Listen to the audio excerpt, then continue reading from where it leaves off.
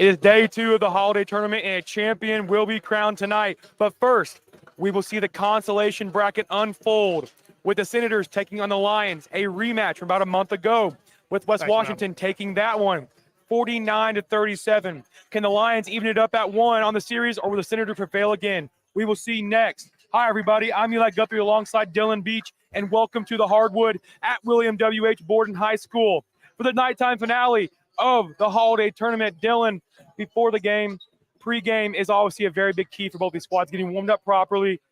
Looking at that West Washington side of things tonight, what does West Washington have to do in order to beat Salem once again in this matchup like they did a few weeks ago? Yeah, I mean, Dub looked pretty good at times last night, hanging with what I was coming into this tournament saying the best team would be. I think they've got to be able to get a consistent scorer going just like they did last night. Kenton Chase was pretty good last night. Rosenbaum was solid. Those two will have to have a big game again tonight. And on the other side, Salem, they have got to get a guy who is going to be the scorer for this team. Right now, they just got a lot of guys that will maybe get you a basket every once in a while. They don't have that guy you can just give the ball to and he'll go score. I think Cheatwood has the potential to be that guy, but he just hasn't been it so far.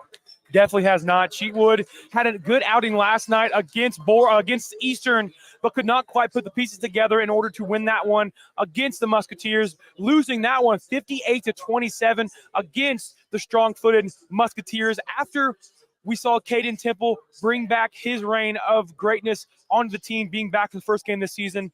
Looking back over Eastern tonight, Eastern takes on Borden for the championship game at 7:30. We'll be on the call with that one. Salem, West Washington, the consolation bracket will unfold. West Washington took the win last time, November 17th of last month, and went out 49-37. Salem looking to upset them tonight and take a 1-1 series. We'll send you way back for the remainder of our pregame show. Be back with some messages. If you're looking for a church in the area to spend your Christmas season, try Turning Point Church at 899 West McLean Avenue in Scottsburg. Come see Pastor John Jackson and the congregation at Turning Point, a place for second chances and new beginnings. There'll be a candlelight service on December the 20th for the community at 6:30 p.m. and Christmas service at 10 a.m. on December the 24th. Regular services are on Sundays at 10 a.m., Tuesday prayer time at 7 p.m., and Wednesdays at 6:30 p.m. Check them out on Facebook, YouTube, and online at turningpointchurchscottsburg.com for upcoming events, class times, and more. Also, Turning Point will be having a food giveaway for the community on December the 11th and 18th from 11 a.m. to 1 p.m. or until the food runs out. And please share that the church is making showers available to those in need and will be available on Wednesdays from 5:30 to 6:15 Hello, folks. p.m. Craig Martin at Billy Martin's store. I'd like to start off by saying a big thank you to everyone that voted us your best place to purchase appliances, furniture, and floor coverings in Washington County for another year. At Billy Martin's store, we have so much more to offer our loyal customers. Not only do we carry a complete line of GE Hot Point and Speed Queen appliances, but also a full line of home furnishings as well. Beautiful quality name brand furniture and living room suites, sectionals, recliners, dining room suites, bedroom suites, lamps, and sectionals. And Bose Bedding, made in the USA, and most furniture and bedding is made right here in Southern Indiana. Billy Martin's store has a nice display of all of your floor covering, carpets, vinyls, tiles, laminates, Somerset hardwood flooring. We offer you low prices, free home and business estimates, and professional installation by our own installers. Billy Martin's store offers you free delivery, free haul away, and our own professional service on what we sell. Janice, Tanya, and I will be happy to help you in selecting the perfect item for your home or business and stand behind you if you have a problem. Billy Martin's store has been serving Southern Indiana and the Louisville area for 164 years and counting. As the fifth generation and Tanya the sixth, we would like to say a big thank you for all of your support year after year. Billy Martin's store is located in the heart of downtown Martinsburg, or feel free to call us at 967-3997, and we'll be glad to help you. Back here at Borden High School, consolation game just about to tip off. 4:53 remaining on the warm-up clock. Both teams hit the locker room one final time before taking the court. Looking back in previous years of this holiday tournament, this is the third consecutive year Salem and West Washington have played each other in the consolation bracket finale. And they looked last night in order to turn that around and play for the championship, but could not find their footing. They'll play for a consolation bracket tonight. West Washington has prevailed in that one multiple times against them. But Salem and West Washington both have one win on the season. West Washington came to Salem back November 17th. And Salem's came to New Washington a few weeks ago, winning that one 55-43 over the Mustangs. So this is a very, very common foe matchup here tonight. Both teams have played multiple same opponents. How can both teams – Salem understands what West Washington does now, and the other way around. West Washington has a different mindset after last night, only losing by 10 to a strong Borden team who hounded the Musketeers, hounded Salem previously. Dylan, what are your thoughts on the game tonight for the consolation bracket? I think if I had to give a guess right now who I would have winning this one, I would probably lean West Washington for this game. I just don't think Salem's got the team right now to be able to win these games. I mean, Coach Nice, they had flashes last night. I mean, he never really gave up in that game versus Eastern. I mean, calling timeouts down 30 and such, but there's a lot to like about the Salem team, but I was expecting a lot more now that they have aged a little bit. I mean, they've been this young team for a few years, and I thought once they'd maybe get some of these guys as juniors and seniors that maybe it'd start clicking, but it just hasn't really happened yet, and I feel like it's kind of the same Salem team we've seen the past few years. I think I'm leading West Washington tonight. I think Kenton Chase is just too talented. I think Rosenbaum is just going to be too much for this team to handle. Definitely. What John Harrell has West Washington as a 10-point favorite, 51-41 over the Lions of Salem. Like you said, Rosenbaum last night against Borden hit a few clutch threes to pull West Washington within 4 points on multiple occasions when they got down, gave a good 8-0 run up, and then fought their way back. Alongside of his teammate Kenton Chase, getting down the floor, able to find his footing and lay one in when it counted. Multiple players, Titan Williams getting offensive rebounds, putting the boards back up, making his name known. Excellent gameplay from West Washington last night. The game plan was perfect. Just did not quite execute 100% in order to beat Borden. So now, looking over the side of Salem, things like you said, very young team. They've been they're old team now, old team now. They're more experienced team now. I mean, they're starting junior, sophomore, senior, sophomore, and then a freshman tonight. I mean, that doesn't really show their age. Last night, I believe they started at least 3 seniors in that game versus Eastern. I mean, they have some more experienced guys. I mean, these are guys who have been playing varsity basketball for a while now because there really wasn't anyone ahead of them. So I kind of expect this team, I feel like they have to get it to click at some point. They have a new head coach. They got to mesh at some point. Maybe we'll see that tonight, Eli. Definitely. New coach this year, Jalen Nice, looking to turn this program around. Had Dwayne Malloy a few years ago for the past couple of years. He had the same team. I believe he made it 2 years, and they had the one before him, and then Weed, and he retired. It's just been a revolving door. I mean, they need a little bit of stability in that program right now.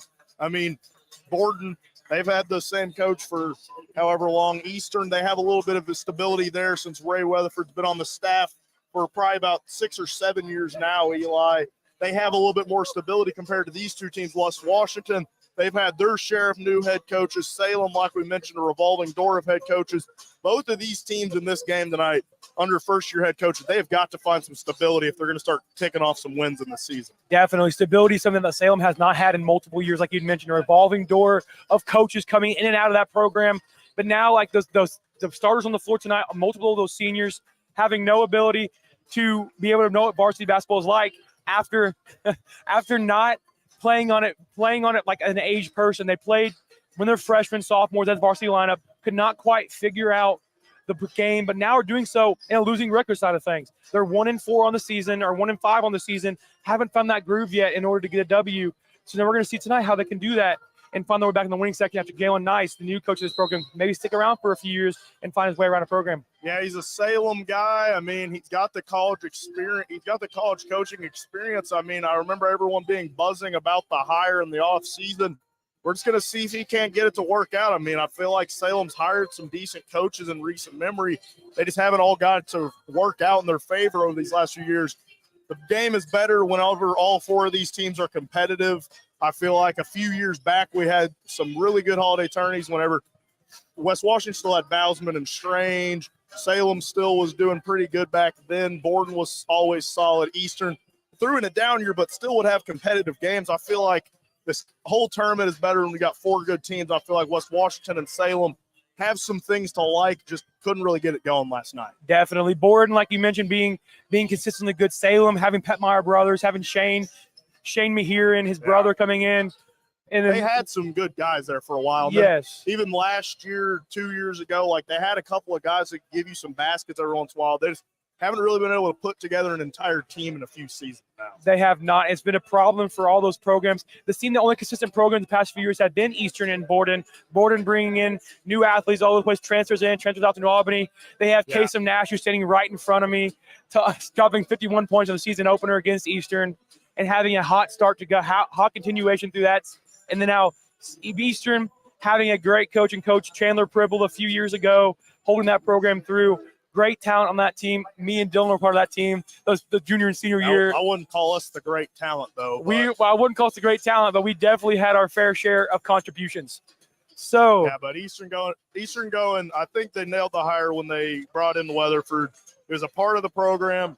Really, every player who's played for him loves to play for Coach Weatherford. It was time for him to get back into the head coaching job. I think they nailed it. They went from one good coach in Pribble to maybe an as good of one in Weatherford. He's probably forgotten more about basketball than many will ever know. I mean, out of the ballpark hire. It's going to be a great coaching matchup in that championship game tonight, Eli, because, I mean, 2 coaches very familiar with each other, Nash and Weatherford. Weatherford was a part of Nash's staff for a very long time. I mean, these are 2 guys who know how each other coach. Weatherford got beaten by Nash the first game of the season. We're going to see if he can't bounce back, have his guys ready tonight. Definitely. Doc Nash been around the Borden program for 18 years now. Had a very sound won the state championship back in 2013 with the boys basketball program. Haven't had plenty much success since then. Going to regionals, sectional W's, regional W's. Haven't quite made the state run again, but it still had great success. Coach Weatherford was a part of that 2013. Ray Weatherford, part of that 2013 championship team, as well as multiple years after that until we came to the program in 2020 for Eastern. Turning around now, like you said, out of the ballpark hire after Chandler Pribble left. So I'm going to have a hot take here real quick, Eli. I think Borden, they might have the roster to be able to make another state run like they did in that 2013 team. A hot take indeed. You got Kasem Nash. He can go get his baskets. You have a really good second scoring option in Missy. And then Borden has size that we haven't seen them have before. They got Compton. They have some other size with that Lewis kid. I mean, they've got the options. I think this is a solid Borden team. I think they're going to make a lot of noise whenever it comes to the state tournament. I do too, especially since we saw in the past 2 years they've won a back-to-back sectionals at North Davies and all this other interesting Springs Valley, won these double back-to-back sectional championships, haven't quite got past that regional round, but have the keys to do it this year, have the tools. They just have to be able to build that program this year, Eli, which I think they have it. Real quick before the national anthem, let's get a prediction. Who do you got here in this third place game tonight? West Washington or Salem? Who you got, Eli? I got West Washington. They're obviously the stronger program. I think they're going to pull through early in this one, make it a very bad blowout game to where the clock might have to run in the end if they can actually play their cards right. But Salem not going to give in very easily. Salem could fight back like they're known how to do in the previous years. But I got West Washington. I think I'm going to go with West Washington too, Eli. I think Salem just doesn't quite have the star right now to win a ball game like this. I think they're going to keep it closer than John Harrell predicts. I don't think it's going to be a 10-point game unless West Washington pulls away late. But I think this one's going to be one that gets won in the third quarter once again. I got West Washington in about a 6 or 8 point win. I just think Chase and Rosenbaum are too much for the Lions to handle. Definitely, for sure. That'll wrap up our pregame show. We have West Washington Senators, the Salem Lions, next on WSLM. I'm Eli Guthrie alongside Dylan Beach. We send you away for the national anthem. After a joint surgery, injury, or illness, Meadowview and Salem Crossing are the best choices for helping you recover. Our Moving Forward rehabilitation program offers a full range of therapies. We're here to help you return home safely with the skills you need to live life on your own terms. Meadowview and Salem Crossing, 2 great options for your rehabilitation. To learn more, visit asccare.com or call 888-996-8272. Merry Christmas. Give Du Bois County Tire a call. Big or small, they service all. They have the name brand tires, you know, to keep you cruising on down the road. They got tires for driving me. They even got them for your farm machine. You can call them day or night. Du Bois County Tire does it right. Big or small, we service all. Du Bois County Tire. Unlock a season of savings and fall road trips with Michelin tires. Between October 11th and October 27th, get $70 via reward card or virtual prepaid card after online submission with the purchase of 4 new Michelin passenger or light truck tires. Available at Washington County Tire Shop in Salem, Davies County Tire and Supply in Washington, Knox County Tire and Supply in Vincennes, and Du Bois County Tire and Supply in Jasper. Big and small, we service all. Du Bois County Tire.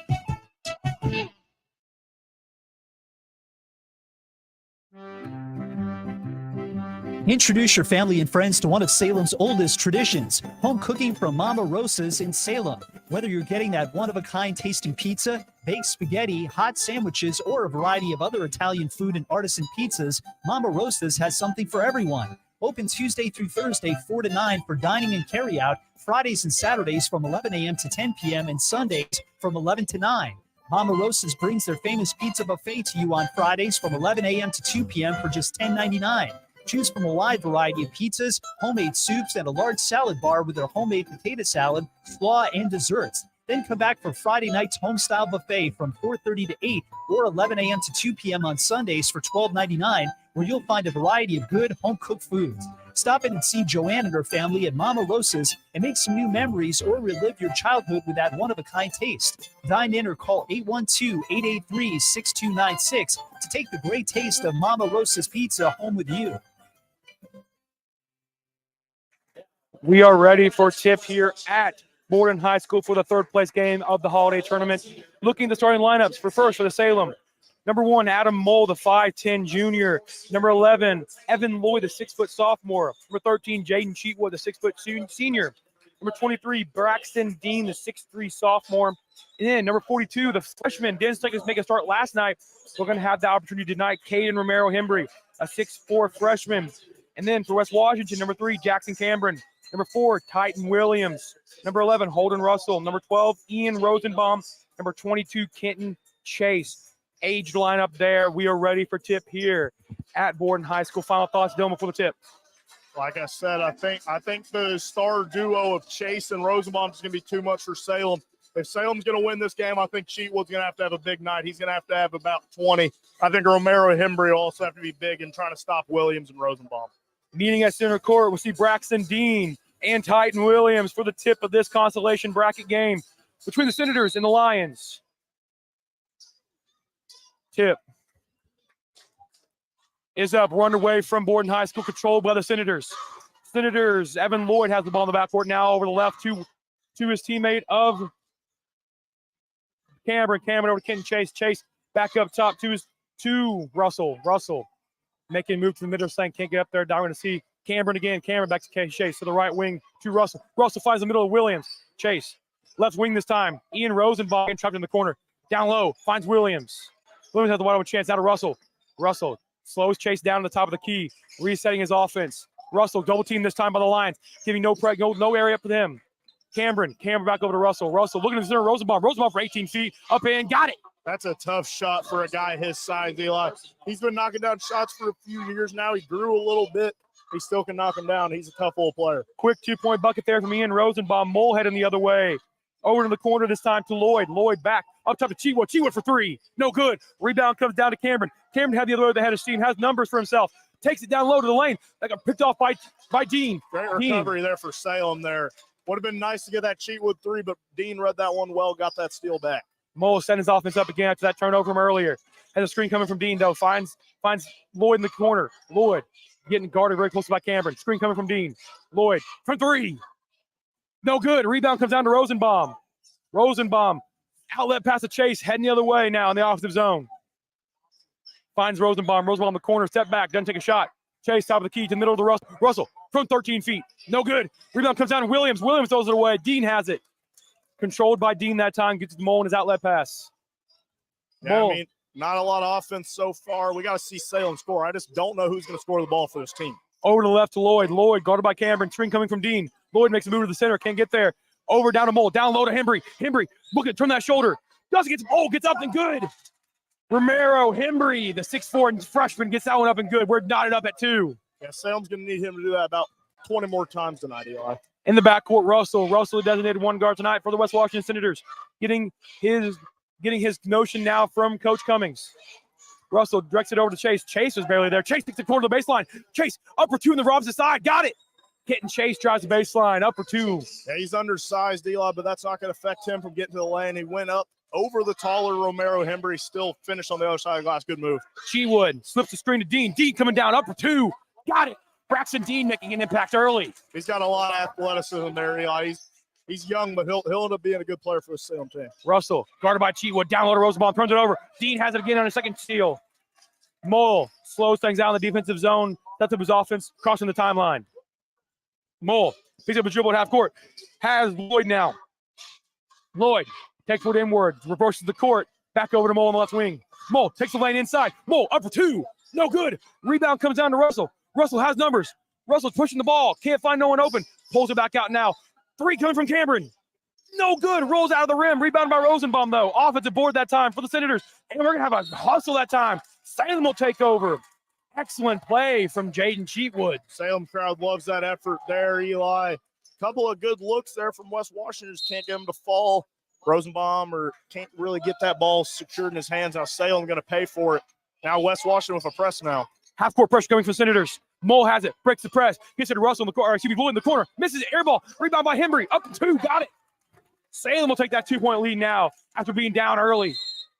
Timeout, Coach Cummings. Let's talk things over. Doesn't like what he's seeing right now. He needs an early one. Romero Hembry's dominating this game to start off just under 4 minutes in. Just over 4 minutes in. Caden Romero Hembry, the big body of the Salem Lions, forefront. Freshman. Something excellent for him to see this year. Getting grown into that program. Coming into this program, making his impact early. 30-second timeout. Coach Cummings in shambles. Livid at his team right now after giving up a 4-0 run to put Lions back in front. We'll stay right here for action at 4:32 remaining in the first quarter. Lions 6, Senators 4 from Borden High School consolation game. Yeah, this third-place game should shape up to be a good one, Eli. It's a big rivalry. They're always going to be good games. I know that their bigger rivalry is probably on the football side of things, but I mean, basketball side is just as fierce. I mean, neither team wants to let the other beat you. I mean, you never want to lose to a county rival. It's gonna be a hot game tonight. Coach Cummings puts his team back out on the floor. Chase, the one guard, pushing it back now to Russell. Russell over to Chase on the right wing. Chase getting instant pressure from Mull. Chase reversing it back down to Russell. Russell Rosenbaum. Rosenbaum from 17 feet. Nothing but air that time. Comes down to Mull. Mull pushing the ball the other way. Slows up though, brings it back, settling down. Mull crosses the timeline, tipped off. Rosenbaum has it. Rosenbaum intercepts the ball, heading the other way with the head of steam. And he's gonna get fouled from behind that time by Adam Mull. I mean, this is a huge 22. game. This is a huge game for Salem, Eli. I think no one really expected them to win a game this weekend in this tournament. If they could walk out of here with a win out of these two games, I mean, you're chalking that up as a good weekend for you. On the other side, West Washington, people expect you to be able to compete at least in the third place game. You did better against Borden. If you don't win a game this weekend, it's a complete nightmare. So lots to play for both sides. Hayden Morrow checking into the game now for the Senators. He's going to have the ball on the left wing. Russell has it. Down in the middle of the Chase. Chase back out to Morrow. Morrow making a move to the center. Can't get back out there. Russell has it. Skip pass over to Chase. Chase takes the baseline again. Up for floater. Misses the air ball that time. And we'll have a foul on Chase after the missed shot. I don't know how much of that was a foul there, but they're going to call it on him. I mean, Chase just left that floater short. Just couldn't really get it to go there. He's going to be disappointed. He's going to want that one back later. Not much of a student section from either side of the ball now. Salem bringing maybe 8 people. West Washington bringing 6. Not much school West support. Washington not even standing up. Santa Claus came back through the Senators tonight. Yeah, he's not having his beard up, though. It's fake. He's a traitor. He's not even standing. Not even standing. Cheatwood on the right wing now, guarded closely by Cameron. Makes a brooch to the baseline. Gets pulled back up to Mull. Mull turns it over.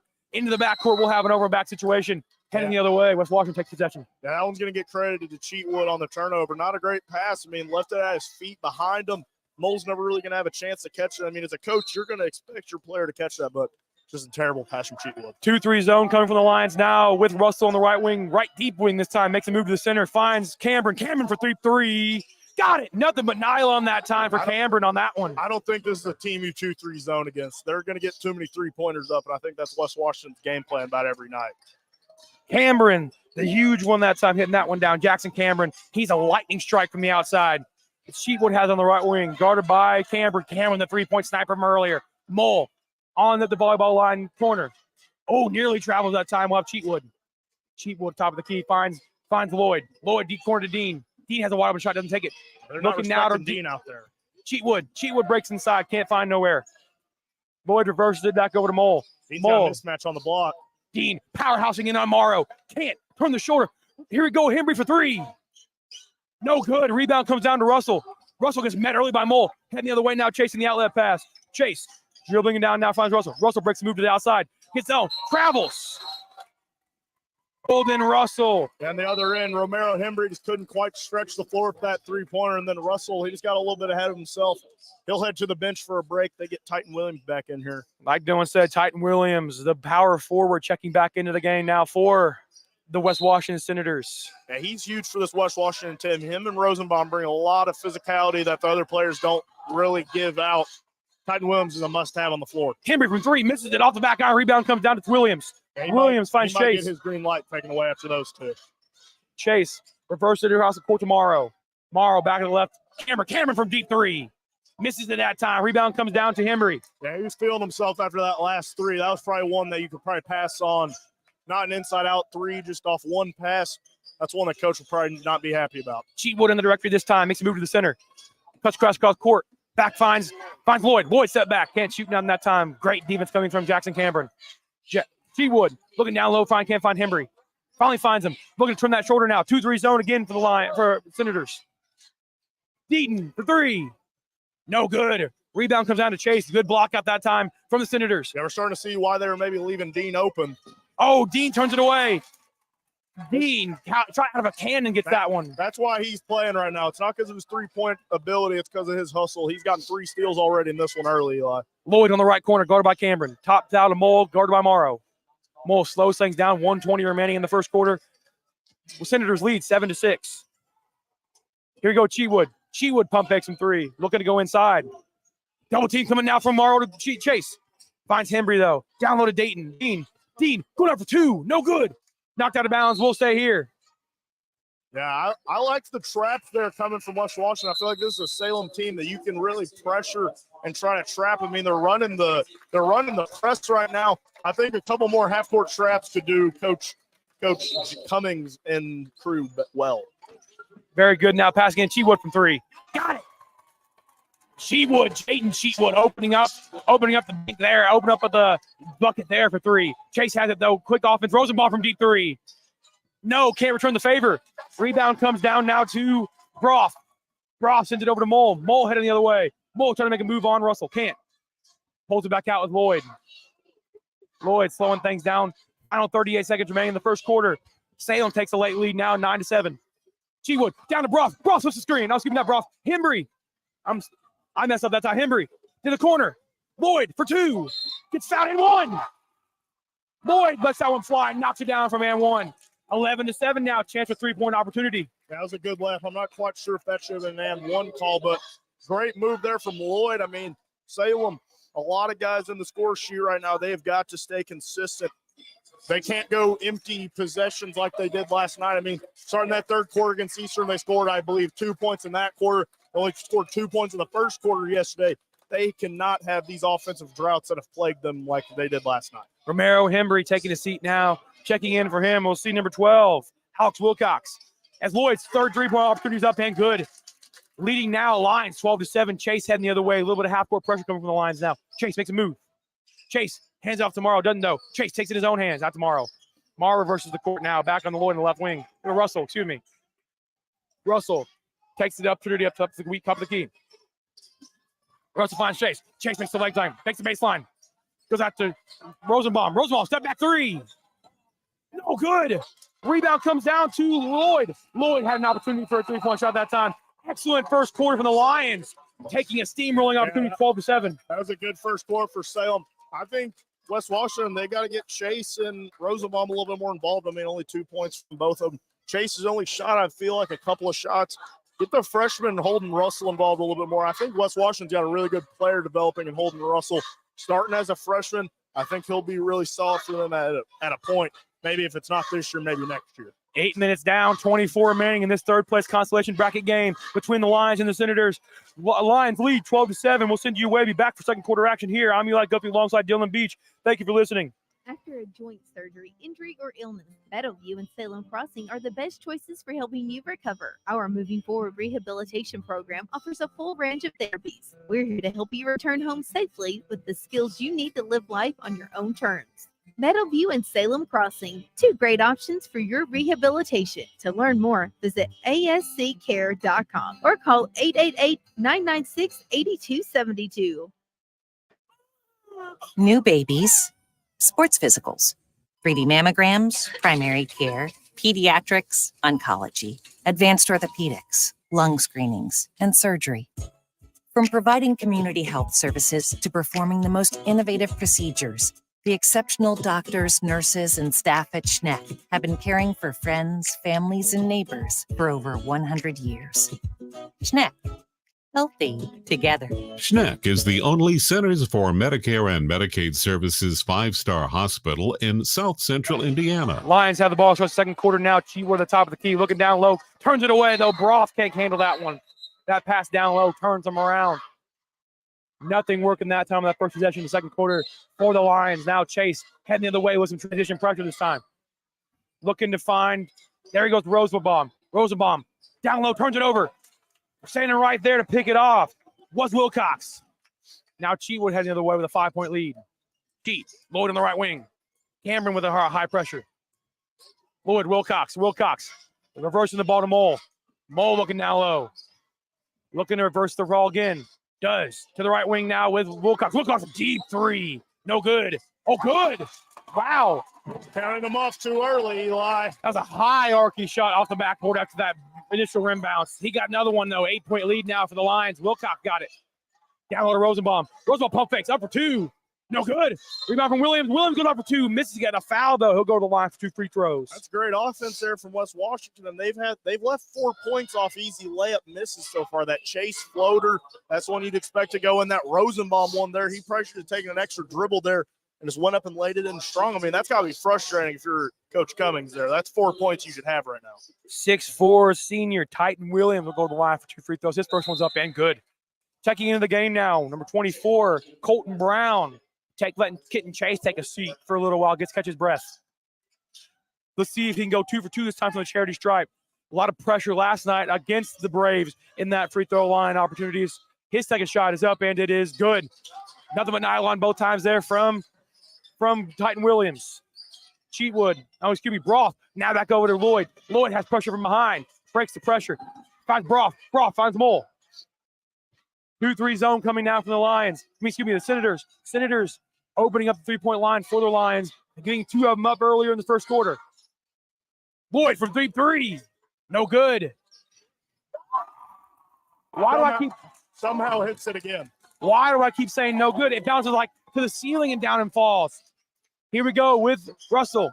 Russell breaks the baseline. Russell skip pass over to Brown. Brown got one from 3. Brown to bury that one deep from 3. 12-18 is our score. 6:25 to play. Salem, we're getting lucky with some of these threes. If I'm dubbed up, I'm going to keep daring them to shoot. I don't think that. I think they're a team who can 2-3 zone pretty well. I don't think they're going to shoot them out of it. Lloyd again from 3. No good. Air ball that time. Rebound comes down to the Lions and out of bounds. Senators. That's all exactly what I'm talking about. I mean, Lloyd, the hot hand right now, he's got 6 points. Air balls a 3. I mean, this is a team that you can kind of dare to try to shoot you out of a 2-3 zone. 6:07 remaining in the first half. Lions lead 18-12. Chase has the ball now. Back into the game for the Senators. To the right now, find Brown. Brown to the corner to Williams. Williams versus the ball. Cross the top of the key now.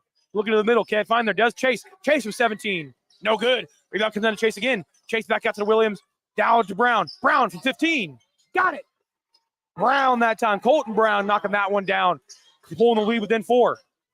Teawood heading the other way. Some pressure from the Lions. Foul on Chase. That's a key one there. That's his second, I believe. A lot of foul trouble. He might be sitting down now. Foul trouble coming from the Senators now after a few quick fouls to start the game. Second.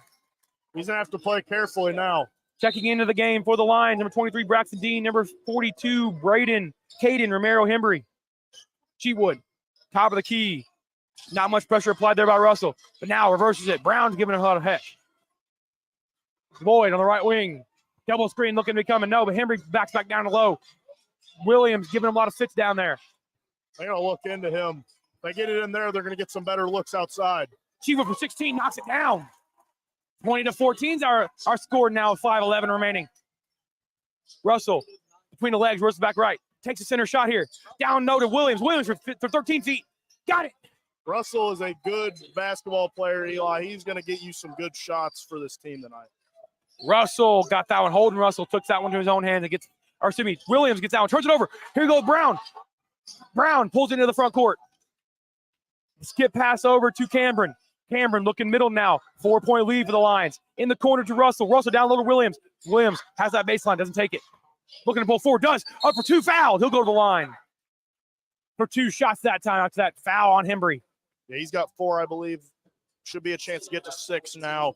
Titan Williams, he's having himself a nice little ball game. I didn't know how he would play against Romero Hembry, but seems like he's dealing with the matchup well right now. Good effort that time from Titan Williams. He'll make his second spot in the line now, looking to go 4 for 4. His first shot is up, and it is good. Back rim and in. He'll even up his score 3-3 now, 17-20. Checking into the game for the Lions, number 15, Wyatt Chastain. Saw a lot of him last night in that loss to the Musketeers. Williams, his second shot is up and is good. Perfect from the Lions so far tonight, 4 for 4. Taking out of bounds, pressure, full court pressure coming down from the Lions. Hembry has on the right corner. I don't think that's who I want the ball bringing the ball up the court in the press. Cheatwood to Dean. Dean from 15. No good. Dean gets his own rebound. No. Well, a foul before the shot, after the shot. Loose ball foul. I want to know who this is on. This is going to be a very interesting call here. Loose ball foul on the Lions. Push. They got one on Romero Hembry. That's going to be his second now. That's bad news for Salem. He's about their only bit of physicality that they can match up with Williams and Rosenbaum. Jackson Broth will check into him so Hembry can take a seat to get out of foul trouble. Stay out of foul trouble even further. Russell pulling the court up now, 2-3 zone, coming from the lines again. Working very well for them, not giving up many threes. Brown, looking in the middle, finds Williams.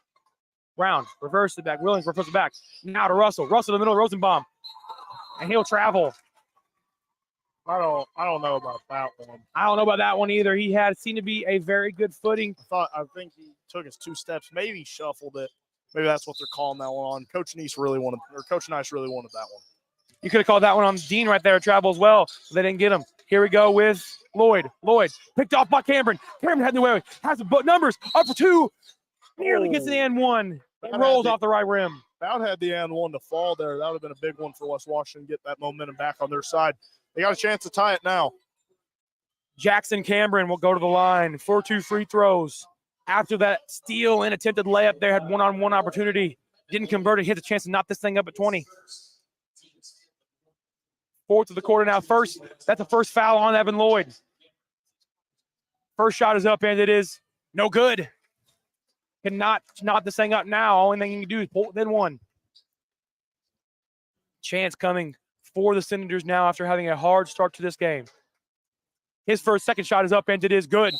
19-20. Timeout, Lions.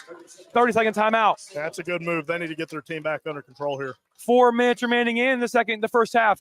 Lions lead 20-19. We'll send you away for a short ad break. Be back for the remainder of this first half here on WSLM. 5 times national champions, 22 conference championships. 3 on the way. Yes! 17 Big Ten Players of the Year. Throws up a shot. 7 basketball Hall of Famers and countless memories on the court. Trace puts it up. Oh, what a spin move! This is Indiana Hoosiers basketball. Ready to resume action here at Borden High School for the third place consolation game. West Washington scored earlier after the free throws by Cameron. Now has Dean. Dean up the middle. Chewood. Chewood has numbers. Chewood has one man to beat. Gets down low. Looks for the bucket. Up for 2. No good. Rebound shoots out to Dean. Or Broff. Broff out to Dean. Dean, they're going to leave him wide open. He can't shoot. Him. 12 feet. No good. Rebound comes down to Williams. Williams finds the outlet pass to Russell. Russell looking ahead. Can't find nobody. West Washington giving Dean that Malik Renew treatment right now. Russell gets fouled, heads to the bucket. He takes the lane there, Euro stepping around, shaking and baking. Gets fouled during the attempt. Excellent attempt that time from Holden Russell. Able to get to the line now, looking to either take the lead or tie this game up. Yeah, Russell's been really impressive to me over this weekend. I feel like he's going to have to be the building block of this West Washington team for Coach Cummings in the future because, Cameron's gone next year. Williams is gone next year. Rosenbaum's gone next year. Chase is gone next year. And that's 4 out of your 5 starters you got to replace from your JV team. I think Russell's going to be that experienced guy. If he's going to be a 4-year varsity starter, he's going to have to be good for them over these next couple of seasons. His first shot was up and no good. He'll go to the line to tie this thing up. His second shot is up and it is good. We are all knotted up at 20 here. 3:35 remaining in the first half. Lloyd reverses back to Dean. Dean in the middle of Chewood. Have numbers now. Pulls it back out, though. Slows thing up that press is not very efficient for the Senators. Reversing the ball back around with Mole. Mole checking back into the game now, taking his seat for a few minutes to catch his breath. 2-3 zone still for the Senators. Their defense has been locking him down so far for the past 5 minutes. Mole has it at the top of the key, looking to reverse across the horn. Mole slowing things up now, settling down on that 2-3 zone. Cheatwood cutting across the baseline. Now finds him on the right wing. Have a cutting Lloyd. Lloyd in the corner. Lloyd pump fakes in 3. Nearly takes it that time, but pulls it back out to Cheatwood. Cheatwood reverses it to Mole. Mole reverses the ball back again across the top of the key. Key back to Cheatwood. Mole the cutter that time. Lloyd from 3. No good. Rebound comes down to Williams, and we'll go out of bounds. We'll head the other way. We're staying here. We're staying here. Wow. Interesting call that from the referee after a tip from behind. I can see where they're coming from, though. Mole take out of bounds. Has Cheatwood. Cheatwood from deep 3. No good. Opposite side rebound comes down to Brown. Brown gets fouled. He'll go to the free throw line for 2 shots. Yeah, Mole can't believe that one, but he definitely had a couple of hands in there. We're going to see. I think that might be his second foul, too. Adam Mole picking up the foul that time. Yeah, that's his second. Salem getting into a little bit of foul trouble here. Hembry already out with 2. That might be something to watch. I mean, don't really want to be losing the junior guard to foul trouble this early in the game here. His first shot is up and it is no good. Rolls off the rim that time. Another missed opportunity to take the lead for the Senators. It's Brown. West Washington would be having a nice little lead right now if they could just knock down a couple of free throws here. Colton Brown, nothing from the free throw line right now. His second shot is up and it is good. Redeemed himself. Take the lead. Senators have it. Get another timeout here again. I think that's a good call. You got to settle your team down after that. And finally losing the lead that you really carved out. I mean, you were playing really well. Now just not so much, Eli. Up by 8 points at one point during this game, early to start the second quarter. Now, the Senators are fighting back, able to pull ahead with 1 point, 21-20, 2:36 remaining in the first half. We've had an excellent game of basketball here so far. But to follow, we'll have a third consecutive rematch third consecutive rematch between the Borden Braves and the Eastern Musketeers for the Holiday Tournament Championship here on WSLN, brought to you by First Harrison Bank. Yeah, probably would have been a fourth consecutive if Borden wouldn't have been out with COVID that first year of this Eastern, currently 3-peat, could be a 4-peat tonight. I mean, they've gotten Borden these last few years. They've consistently been having Borden's number here lately. Feels like Eastern's been going 2-0, 2-0, 2-0 versus Borden, but Borden punched them in the mouth on the first night of the season. We'll see if Eastern can't bounce back later. Chewood breaks the press. Pressure coming now from the Senators. Chewood pulls it out, settling down in that 2-3 zone. Has Chastain. Chastain roasts it back over to Lloyd. Lloyd finds Chewood down low in the corner. Back up to Lloyd. Lloyd reverses across the horn. And here comes Chastain. Chastain to the center. Back out top to Chewood. Chewood pulled down from 17 feet up and got it. Offset. No balance that time. I got it to fall anyway. Salem retakes the lead. Yeah, I feel like we're going to have a lot of lead changes in this one tonight, Eli. Here comes Russell. Russell trying to take it in his own hands. Can't. Now he finds Brown. Brown pumping some 3. Gives over now to Cameron. Cameron back up to Rosenbaum. Rosenbaum top of the key. Now guarded very, very closely that time by Wilcox. Here we go with Williams. Williams handed off to Russell. Russell down to Brown. Williams got a bucket that time. What a pass there from Russell, wrapping it around his guy, delivering the bounce pass on the money. That is just poetry. Textbook pass and pick and roll T from there. Now Tipped it off. steal. Here we go with Russell. Russell for 2. Got it. Russell might be West Washington's best player on the court right now as a freshman. He Holden is balling Russell tonight right now. Pulls the Senators out to a 3-point lead. Gets the steal, gets the bucket. The play prior got the assist. I mean, he is just balling tonight, folks. Now we're going to see Lloyd on the right wing. Lloyd finds Wilcox. Wilcox directing around. Now turns it over to Russell again. Russell on the deck. Eventually for that one, can't find it. Gets a foul call. Yeah, Russell getting a little bit ahead of himself. I think that's who they're going to get that one on. Yeah, I believe that one's going to be on Russell. Russell able to find his not able to find his footing there on that steal like he did earlier, getting a bucket up for the Senators. 25-22 is our score, 104 remaining in the first half. In the backcourt, Cheatwood barely. Salem played that one close. They about threw that one at about the line. About almost had an over and back there. That was close. He almost didn't establish position in the backcourt.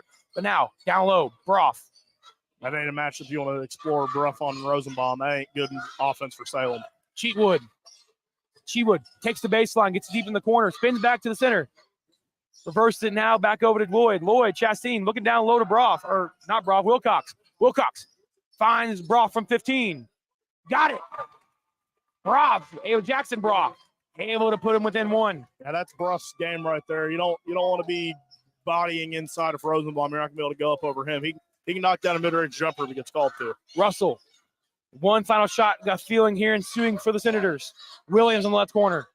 Back up to Russell. Russell, the Swiss Army knife for this West Walker team tonight. Here we go, Russell. 10 seconds to counting. Clock hitting 8. Russell's, he's going to do it himself. Russell goes down low. Tries to dish it off. Can't. He's going to go back up with it. What a jump ball. Ooh. He about had a chance to get a nice little hop step move there. West Washington going to retain possession here. Still a lot of time for him to be able to get something here. Here we go. They get a basket going into halftime. I mean, that's great momentum to go. Salem, you got to have one final stand here. Look inside. Williams. Rosenbaum for 2. And 1. Oh. No, 2 shots coming for 4. Yeah, that's a nightmare situation there from 7. You cannot foul on the jumper there. Ian That was Rosenbaum. an ugly looking shot. I mean, you can't bail him out by giving him a foul there.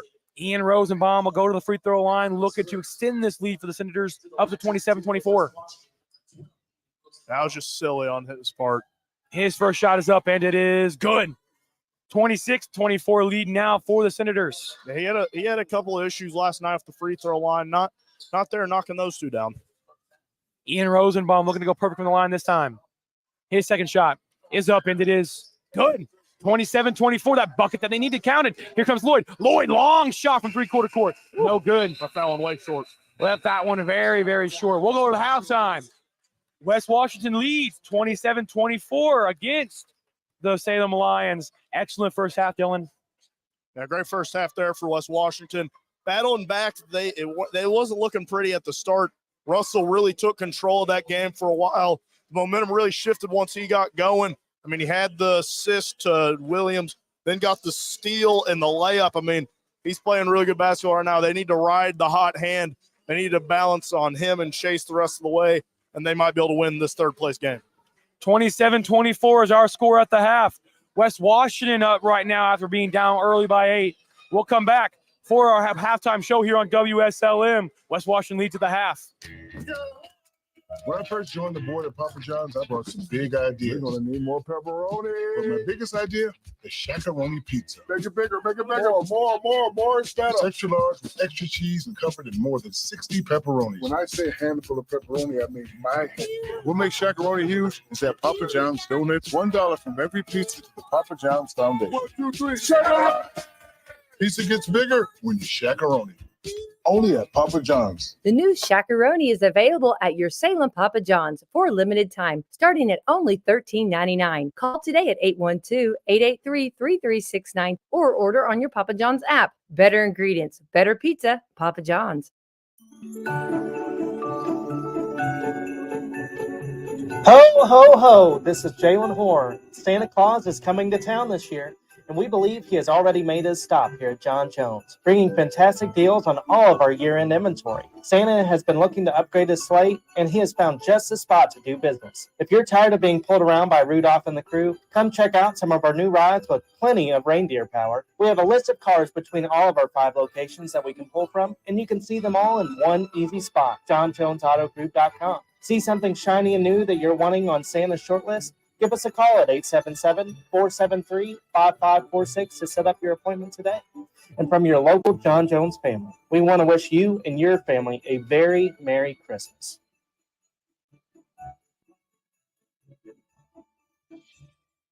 Get Du Bois County Tire a call. Big or small, they serve it all. They have the name brand tires, to keep you cruising on down the road. They got tires for driving me. They even got them for your farm machine. You can call them day or night. Du Bois County Tire does it right. Big or small, we service all. Du Bois County Tire. Unlock a season of savings and fall road trips with Michelin tires. Between October 11th and October 27th, get $70 via reward card or virtual prepaid card after online submission with the purchase of 4 new Michelin passenger or light truck tires.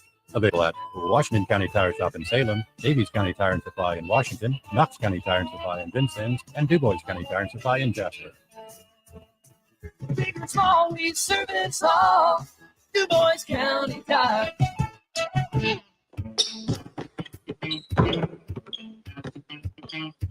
We're here at McDonald's Gymnasium, and we're ready for the starting lineup for tonight's big game. The crowd is on their feet, and they're going wild. The team is coming onto the court. Here comes the quarter pounder with cheese, along with the spicy McCrispy and the McDouble. And starting at center tonight will be the Big Mac. And ready to come into the game at any time is the Play-A-Fish. Look on the sideline, folks. We have chicken nuggets cheering along with the golden delicious fries. They're hot and always ready. You'll score points every time you bring the family into McDonald's in Salem, West Baden, and Mitchell before or after the game. Don't forget to top off your favorite meal with a cold soft drink and that one-of-a-kind Mickey D's sweet tea. Or hot or cold coffee drinks from the McCafe. Order inside or drive-through now with the 2 lanes and use the mobile app for great deals. And get your food delivered at home or at the curbside. You can order at halftime and enjoy that one-of-a-kind taste without missing the next play. Set a pick and roll on into McDonald's today. You'll be loving it too. Drive-through open from 5 a.m. to 11 p.m. every day. And don't forget to catch WSLM's Coach's Corner live at McDonald's in Salem on Wednesday nights at 7 p.m. I'm loving it. If you're looking for a church in the area to spend your Christmas season, try Turning Point Church at 899 West McLean Avenue in Scottsburg. Come see Pastor John Jackson and the congregation at Turning Point, a place for second chances and new beginnings. There'll be a candlelight service on December the 20th for the community at 6:30 p.m. and Christmas service at 10 a.m. on December the 24th. Regular services are on Sundays at 10 a.m., Tuesday prayer time at 7 p.m., and Wednesdays at 6:30 p.m. Check them out on Facebook, YouTube, and online at turningpointchurchscottsburg.com for upcoming events, class times, and more. Also, Turning Point will be having a food giveaway for the community on December the 11th and 18th from 11 a.m. to 1 p.m. or until the food runs out. And please share that the church is making showers available to those in need and will be available on Wednesdays from 5:30 to 6:15 p.m. New babies, sports physicals, 3D mammograms, primary care, pediatrics, oncology, advanced orthopedics, lung screenings, and surgery. From providing community health services to performing the most innovative procedures, the exceptional doctors, nurses, and staff at Schneck have been caring for friends, families, and neighbors for over 100 years. Schneck. Healthy together. Schneck is the only Centers for Medicare and Medicaid Services 5-star hospital in South Central Indiana. Welcome back to Borden High School. We are at halftime of this consolation game, third place. 27-24 is our score. West Washington on top. Looking at our halftime show, Dylan, we saw a lot of great things on both sides of the ball today so far, where Salem was able to turn the Senators over multiple times, get down low, looking to get a bucket, and then all the way around, West Washington was able to do the same thing. Back tipping, cherry picking up front, getting them points on the board. Excellent things are going. What do you have for us now, Dylan? Yeah, I mean, Salem, they had all the momentum in that half. I mean, West Washington was not making their shots there for a while. Salem really took advantage. They got a couple of really friendly bounces on those 2 threes that you said weren't even going in. I thought they weren't going in either. I mean, they bounced so high up off the rim. They got back-to-back to fall. I mean, they opened it up to a 6-point lead off those 2 threes. I think that one point they were up 8, and then from there, they just had another one of their offensive droughts, and then from there, I mean, West Washington has the offensive firepower to erase some of these leads if you don't score every other possession. Like, Salem has a serious points per possession issue right now, and I think it just stems down to them not having really a go-to guy. Definitely. Points per possession is increasingly bad for Salem over the past few years. Like you said, they don't have a go-to guy.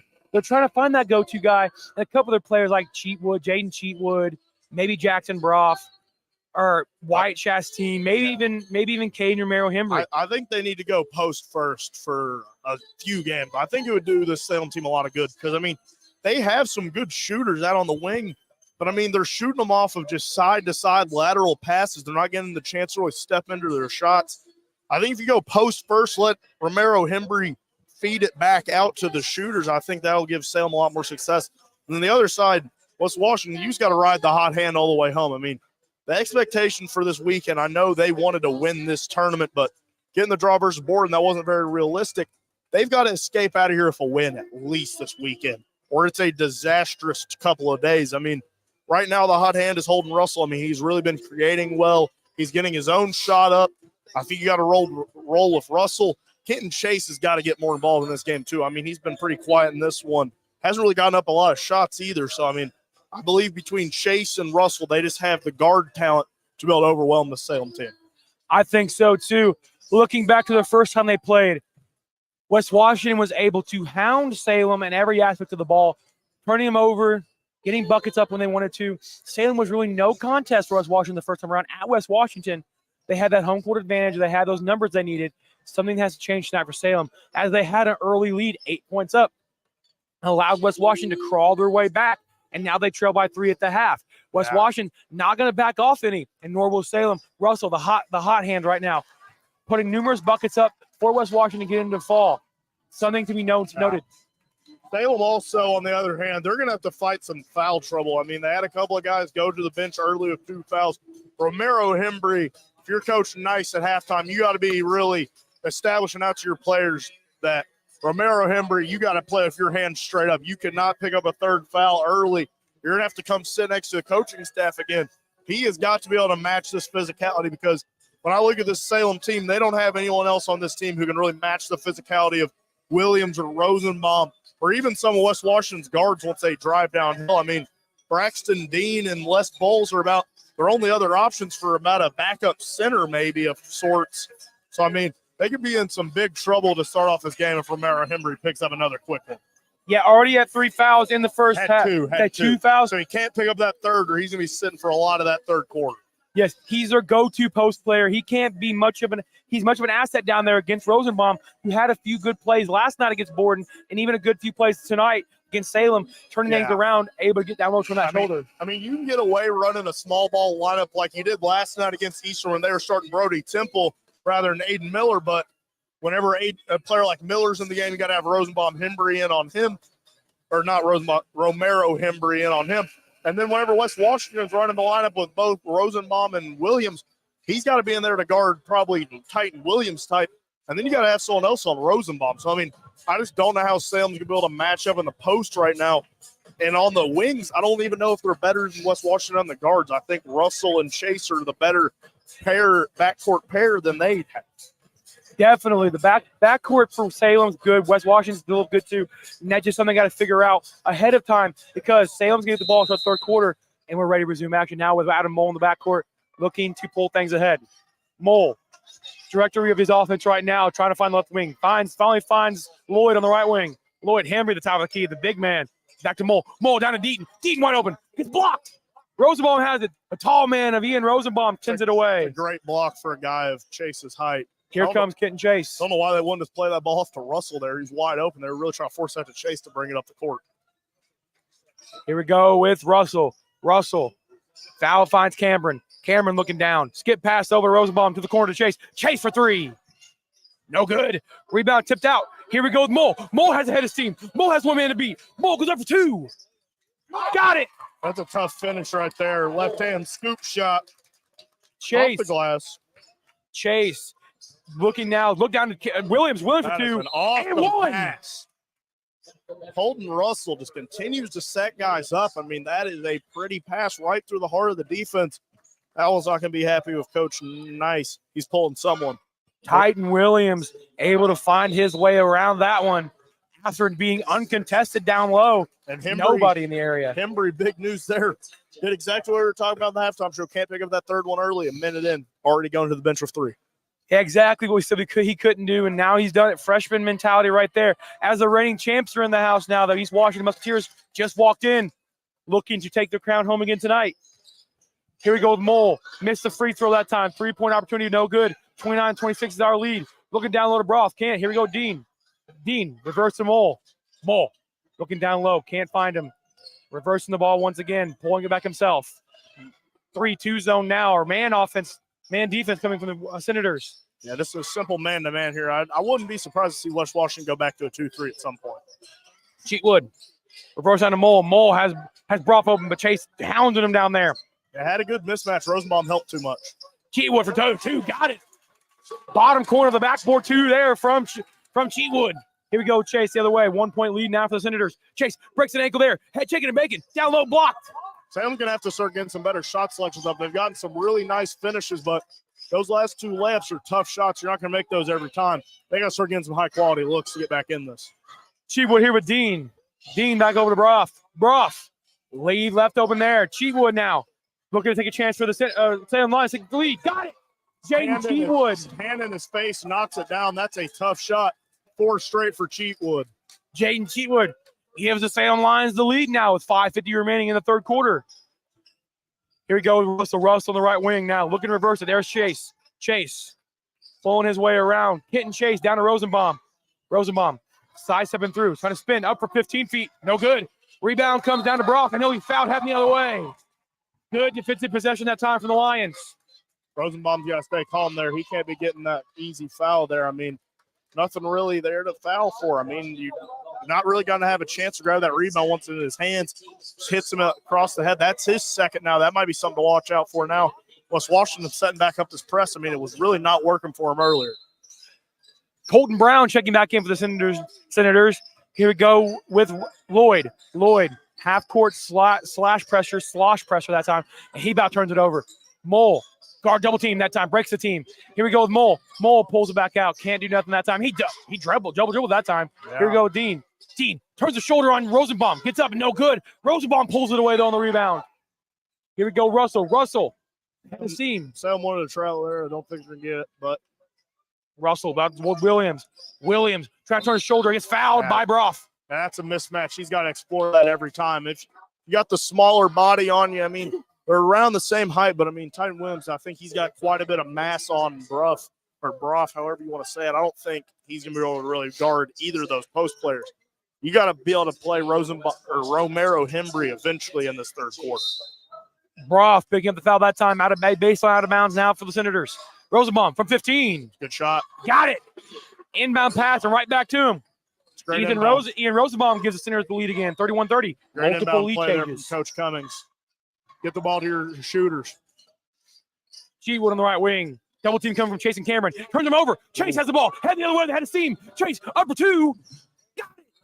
Coach Neese wanted a foul there. I think he probably had a justified response. I mean, this player got hit on the arm quite a bit on that steal. I mean, I feel like that's one that needs to be called there.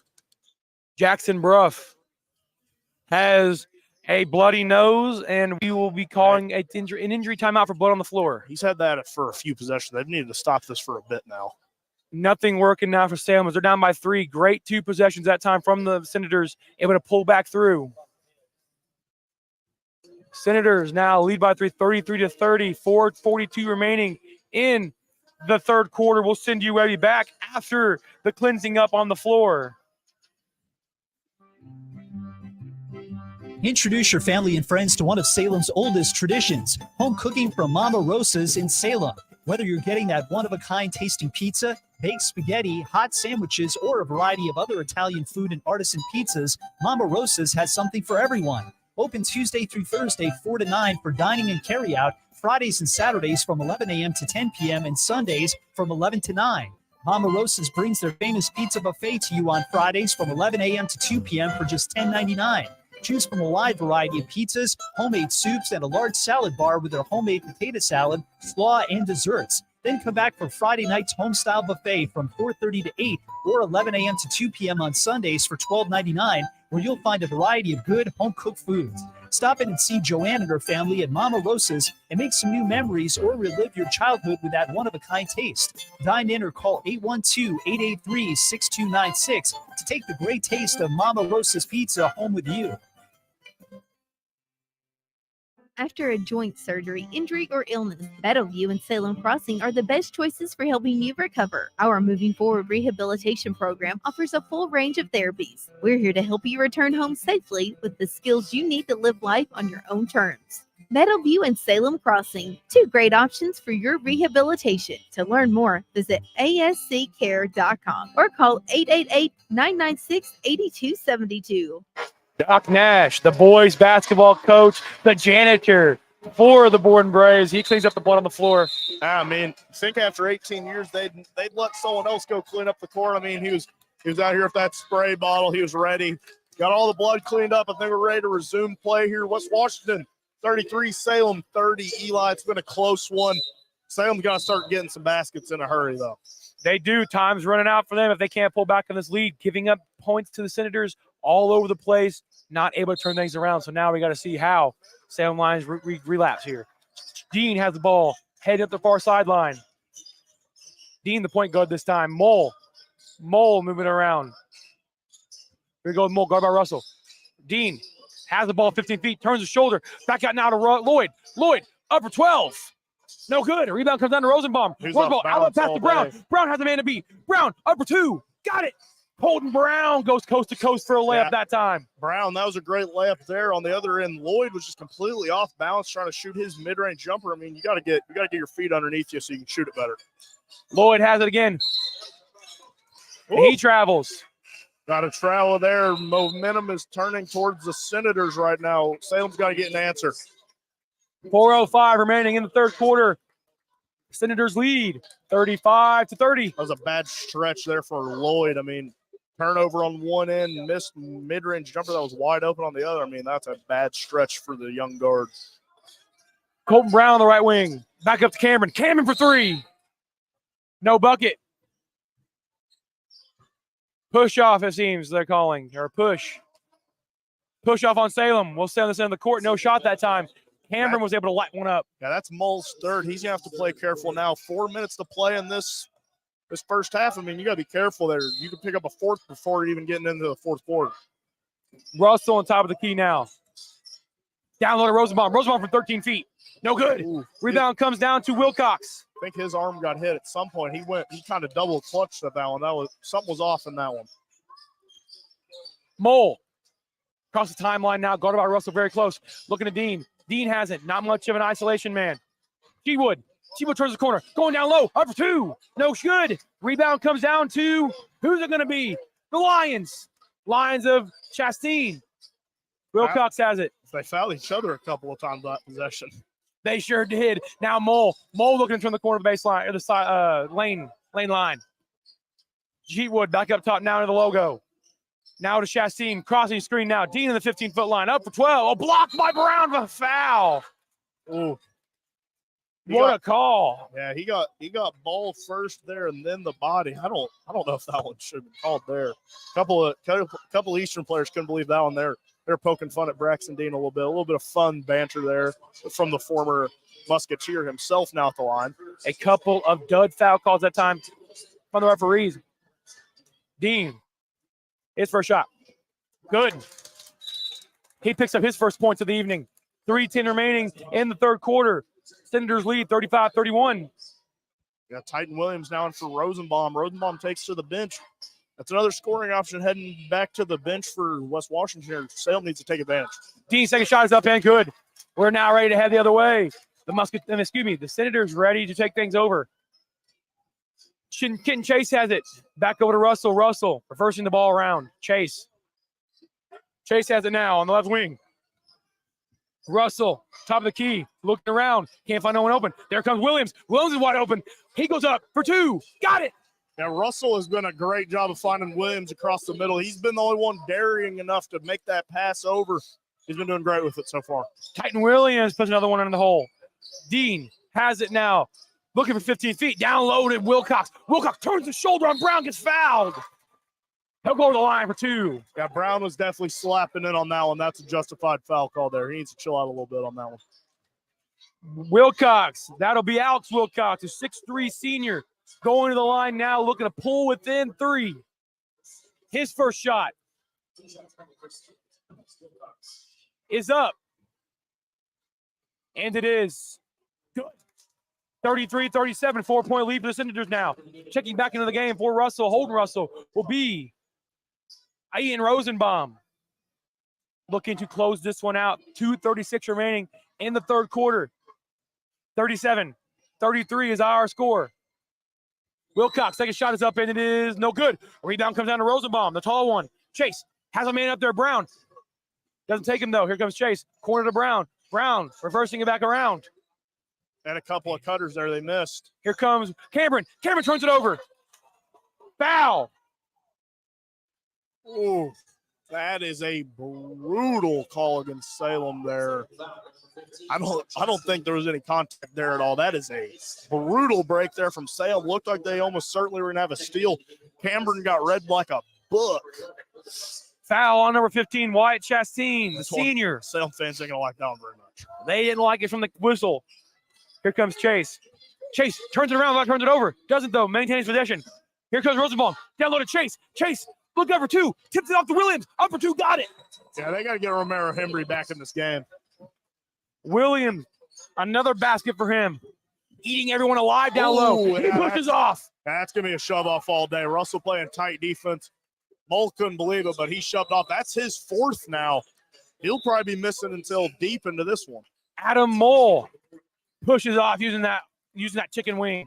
So now the Senators will take over possession up by 6. Yeah, I mean, he was playing a 3 that whole time. He has got to be careful there. And I mean, commits a dumb one. Russell down to Brown in the corner. Back up to Russell. Russell reversing it back around to Chase. Chase slowing things down now with Colton Brown on the right wing down to Rosenbaum for 18 feet. No good. Rebound comes down to Broff. Broff finds Cheatwood in the outlet.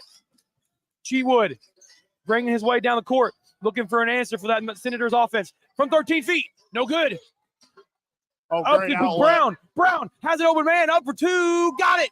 Colton Brown all over the place in this court. Yeah, this game's really shifted over once Mole went out. Williams now limping off the court. He turned that ankle earlier. I saw it. Yeah, he's limping now. They're going to have to get him out. I believe Cameron going to come back in to replace him. That's not good news from West Washington side. Coming up very soon, we're going to see the Borden Braves and Eastern Musketeers in the Holiday Tournament Championship here on WSLM. I'm Eli Guthrie alongside Dylan Beach. Full timeout from the Salem Lions. We'll send you way back for the remainder of this third quarter. 1:35 remaining. Senators up 41-33.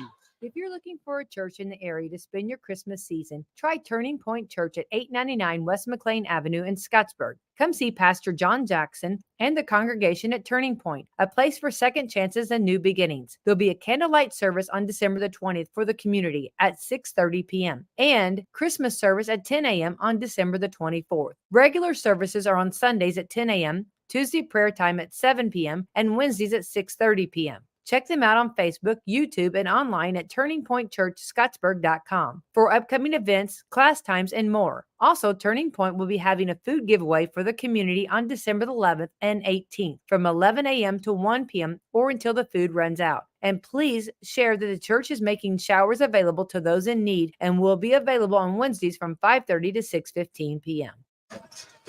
1:35 remaining in the third quarter. Senators lead 41-33. We're ready to resume action now. Lions will have the ball after the full timeout. Coach Nees, nice. Not in a happy mood after the Senators take over up by 8 now. Wilcox passes it in, finds Dean.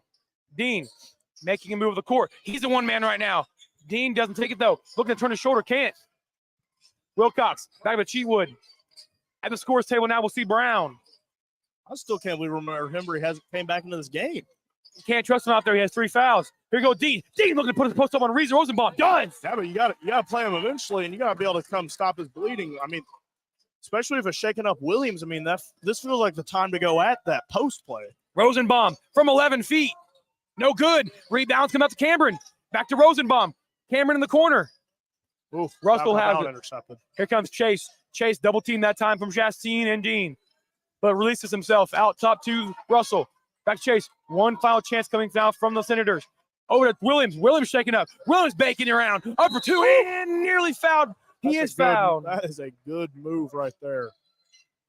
That's a good move from the big fella. I mean, almost got it to fall down. I mean, this is a guy who's just limping off the court a few possessions ago. I mean, that's an impressive move right there. It really is. Titan Williams turned that right ankle, limping off the floor a few moments ago. Now we're going to see Hembry come back into the game now. Time, dude. Like, I mean, I get he's got 3 fouls, but he's got 2 more to use. I mean, you got to play your big man, and he's been successful for you for this weekend. I'd argue maybe Salem's best player so far this weekend. You got to have him on the court. Titan Williams at the free throw line. His first one is up and good. 44 seconds remaining in this third quarter. I mean, Senators lead. I mean, Williams and Rosenbaum have been kind of dominating this segment. I mean, and Romero Hembry's been on the bench for the last 6 minutes. I mean, you got to trust him at some point. I mean, if you're going to trust the junior Mole to play with 3 fouls, you kind of got to show a little bit of that same trust to your young and up and coming freshman center, or he might leave you. Colton Brown coming back into the game now for Williams is shaking up Senator. And we'll have a near opposite foul. They call it a flop. They missed the charge there. Here comes Cheatwood. Cheatwood right back to Wilcox. Wilcox for 3. No good. Rebound tipped out now. Rebound by Hembry. 15. Tipped away by Brown. We'll stay on this end of the floor. Salem got real lucky. Braxton Dean lost control of his body. He kept flying. I think that should have been a pretty obvious foul call there. I think they got away with one. Pretty lucky there. Wilcox taking out of bounds on the baseline. Looking to get back in this game down by 8. Lloyd has it. Reversing it across the court now to Cheatwood. Cheatwood pulling it back out now, looking for one final shot in this quarter to either get back within 6 or 5. Now we're going to see Wilcox. Wilcox down low to Hembry. Hembry picking up pressure now. Gets it stripped away. Hembry has no one open. Hembry now skip over to Cheatwood. Cheatwood for 3. Got it. Braxton Dean lucky again. Shoves the guy after Cheatwood. Long heave. No good. Oh, hit a cheerleader there. Braxton Dean's got to be careful. He should have just had 2 more fouls there. Shoved the guy down after the rebound. You got to be a little bit more careful there. I mean, you can't be giving up 3 fouls. West Washington would have been shooting free throws out of that. West Washington Senators, Colton Brown launches one from 3-quarter court, targeted his own cheerleader. Yeah, couldn't get it to go off the long court heave. I mean, I feel like we've seen a couple of those get in. Who was that who hit the one for Salem a few years back? They hit a 3-quarter court shot. Oh, in this very gym, yeah. exactly. I'm not sure who it was. Brody Petmeyer. Brody Petmeyer. I think it was Brody Petmeyer who hit that one. If we're wrong, people can correct us in the chat, but I believe it was Brody Petmeyer who hit that long one. It was either him or that other tall player they had a few years back. Eli, I'm drawing blanks right now. Oh, Myron Mead. Yeah, I think it was either Myron. I think it probably was Myron Mead. I don't think it was Petmeyer, but yeah, I remember he hit that one for about the free throw line. That was against Eastern back when me and you were suited up. Oh, I remember I was sitting around the bench when he did it. Yeah, me too. I was sitting behind him. Yeah, it was terrible. Well, anyway. Yeah, that was a great holiday tourney, though. That was a good one. It was a good one. Anyway, though, 43-38 is our score through 3. Senators on top by 5. We'll sit. Yeah, it's a barn burner here at Borden High School. We'll send you back to 4th quarter action. Well, never mind. The clock's expired for the warning clock there. We're ready to resume action in the 4th quarter. We'll keep you here. Me and Eli chatted too much to send you off the timeout. We'll save you from hearing a couple of them. I can fill you in on what they're going to say. Go to Billy Martin's store. Yeah, they provide all your appliances needs. In the heart of Martinsburg, Indiana. Yeah, Dylan's neck of the woods. Yeah, right down the road. Don't come visit me, though. In case you're wondering, Dylan lives on Borden Road. Don't come visit me. Here goes Russell. Russell taking it across the timeline now. Over to Brown. Brown had the 3-quarter court heave that other time. Chase, left wing. We got Santa Claus in the building, giving us a gift of good basketball tonight. Holden Russell on the right wing. Closing this game out early. Here we go. Rosenbaum, the corner. Brown for 3. No good. Can't get it to go. Williams shaking up again on that play. He got folded down. We'll see if Salem can't respond back with a punch here to trim this lead out. Cheatwood hit the 3 before the 3rd quarter expired. He looking to get another one. Can't. Now to Lloyd. Lloyd making a move. Can't. Look in. Oh, Hembry was wide open down low against Rosenbaum. Can't get it to the big fella. He wants it. He's working hard down there. He wants to turn a shoulder. Get the seal. Here we go. Hembry, top of the key. Hembry looking around. Finds down low. Is Wilcox for 2. Got it. That's great offense. I mean, he found the mismatch. Wilcox, the guard, just posted someone up there. I mean, that's good mismatch. We're going to see good basketball here. Williams in the short corner. Williams looking around. Close guarding him now is Hembry. Down low. Russell. Russell's wide open for 2. No good. Hembry gets the rebound. Salem might have got away with one there. A chance to tie the game now is the Lions. Cheatwood has it. Cheatwood dribbling around up top. Looking for his shot from the corner. Can't get it. Bursting it back now over to Lloyd. Lloyd throws it away. Nearly. Wilcox, savior again for Salem. He's getting hounded now. Hembry near the timeline. He gets the logo. Looking to tie this game up with Cheatwood. Cheatwood has it now. 6:18 remaining in the ball game. 43-40. Senators on top. Double king coming now from Brown and Russell. And we'll have a timeout from Lions. Oh, I thought they called a foul there on Russell. I was like, that is a phantom call there, but good timeout there by Coach Nice. I mean, you got to get your guys settled back in. I mean, this is a more experienced team than they've had in previous years, but still, I mean, a lot of these guys, they haven't had a lot of winning experience. He's going to have to guide them along the way if they're going to try to secure a win here tonight. First-year coach Jalen Nice visibly agitated on the sideline at his team in the huddle. They are not doing what he needs them to do tonight. I don't know if I've seen the guy happy all weekend, Eli. He always has that subtle frown on his face like he's not pleased to be here. Well, if I was losing every game this weekend, I wouldn't be pleased to be here either. He didn't look particularly happy at times last night, even when they were winning tonight. I mean, and I think this guy's going to demand perfection out of the Salem team, and that's just Not something they've been able to provide tonight. In the backcourt is Lloyd. Lloyd, number 11 on number 11. Russell's in the guard position. Here we go with Wilcox. Wilcox looking down low to Hembry. Hembry has it.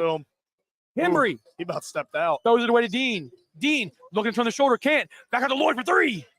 No good. Air ball. Comes down with Wilcox.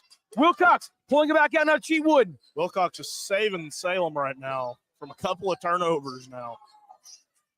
Lloyd on top of the key now with Wilcox. Wilcox dribbling it around, reversing the court. Here we go with Cheatwood. Dean and Romero Hembry do not have great post synergy, dude. They keep occupying the same parts of the court. Wilcox going down low. Out to Lloyd. Lloyd nearly takes the free. Doesn't take it, though. Cheatwood down the lane for two. Got it.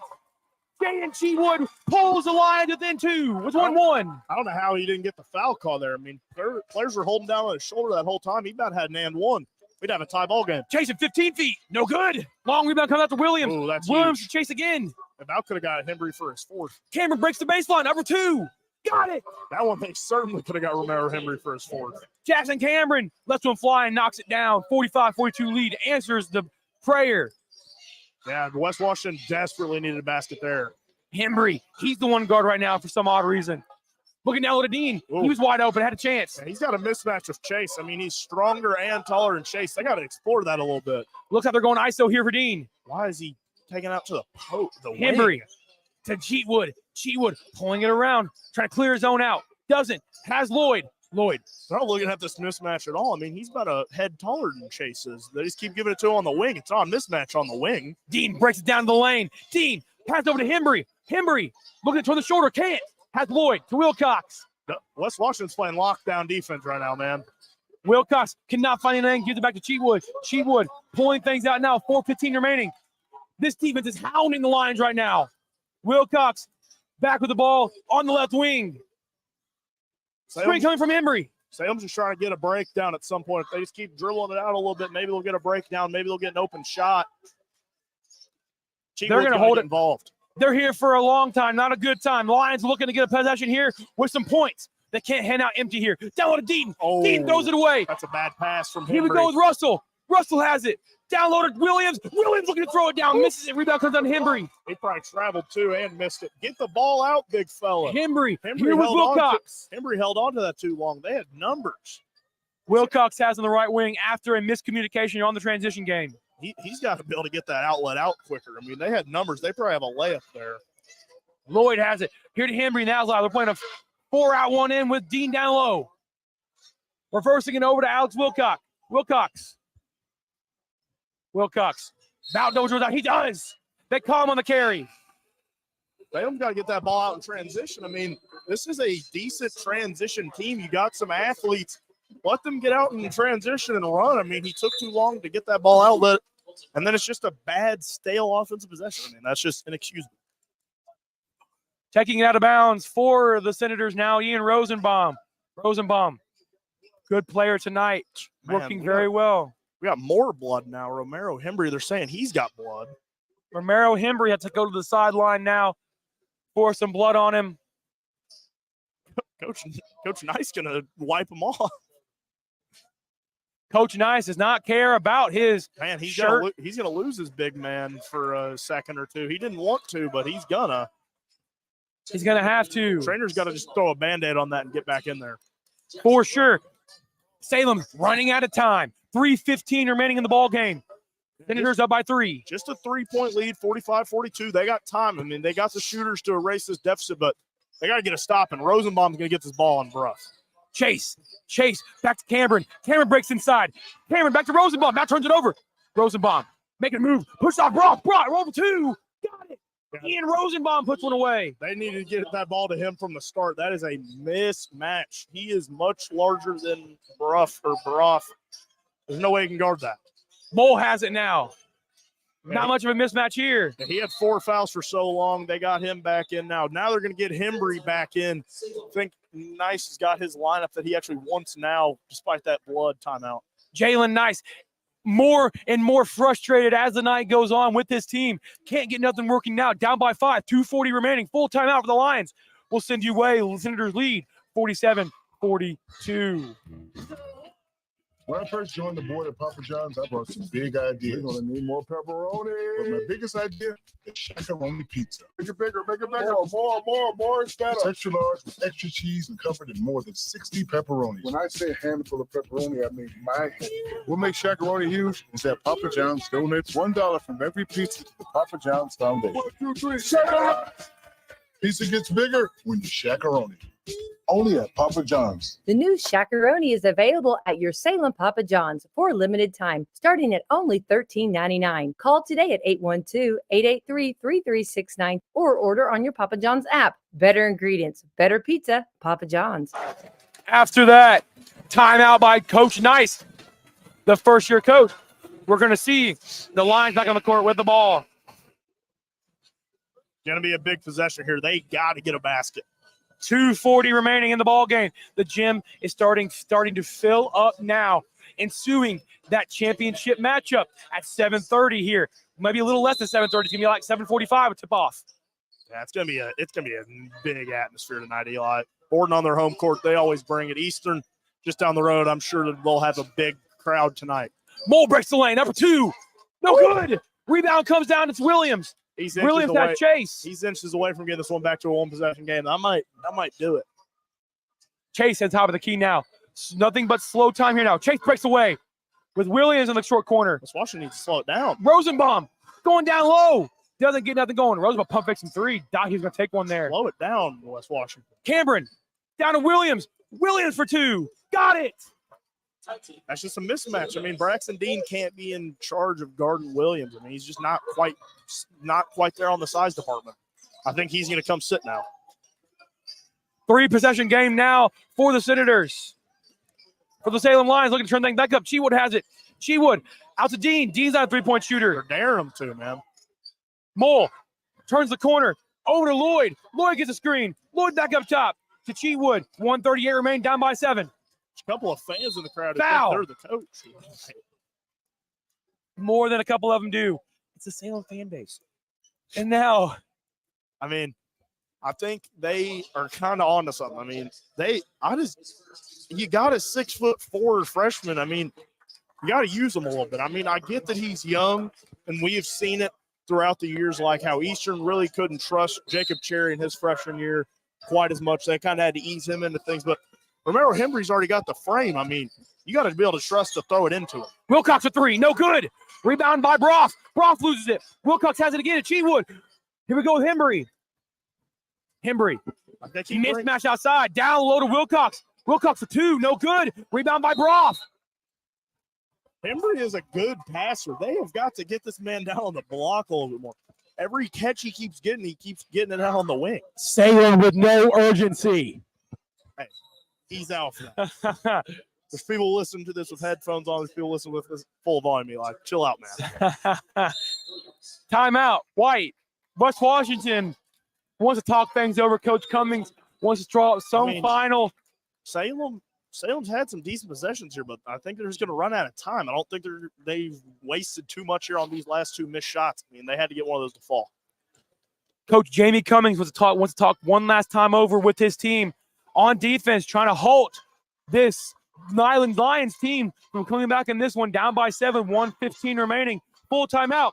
Senators lead 49-42. We'll give you one last timeout break and be back for the remaining 1 minute and 15 seconds.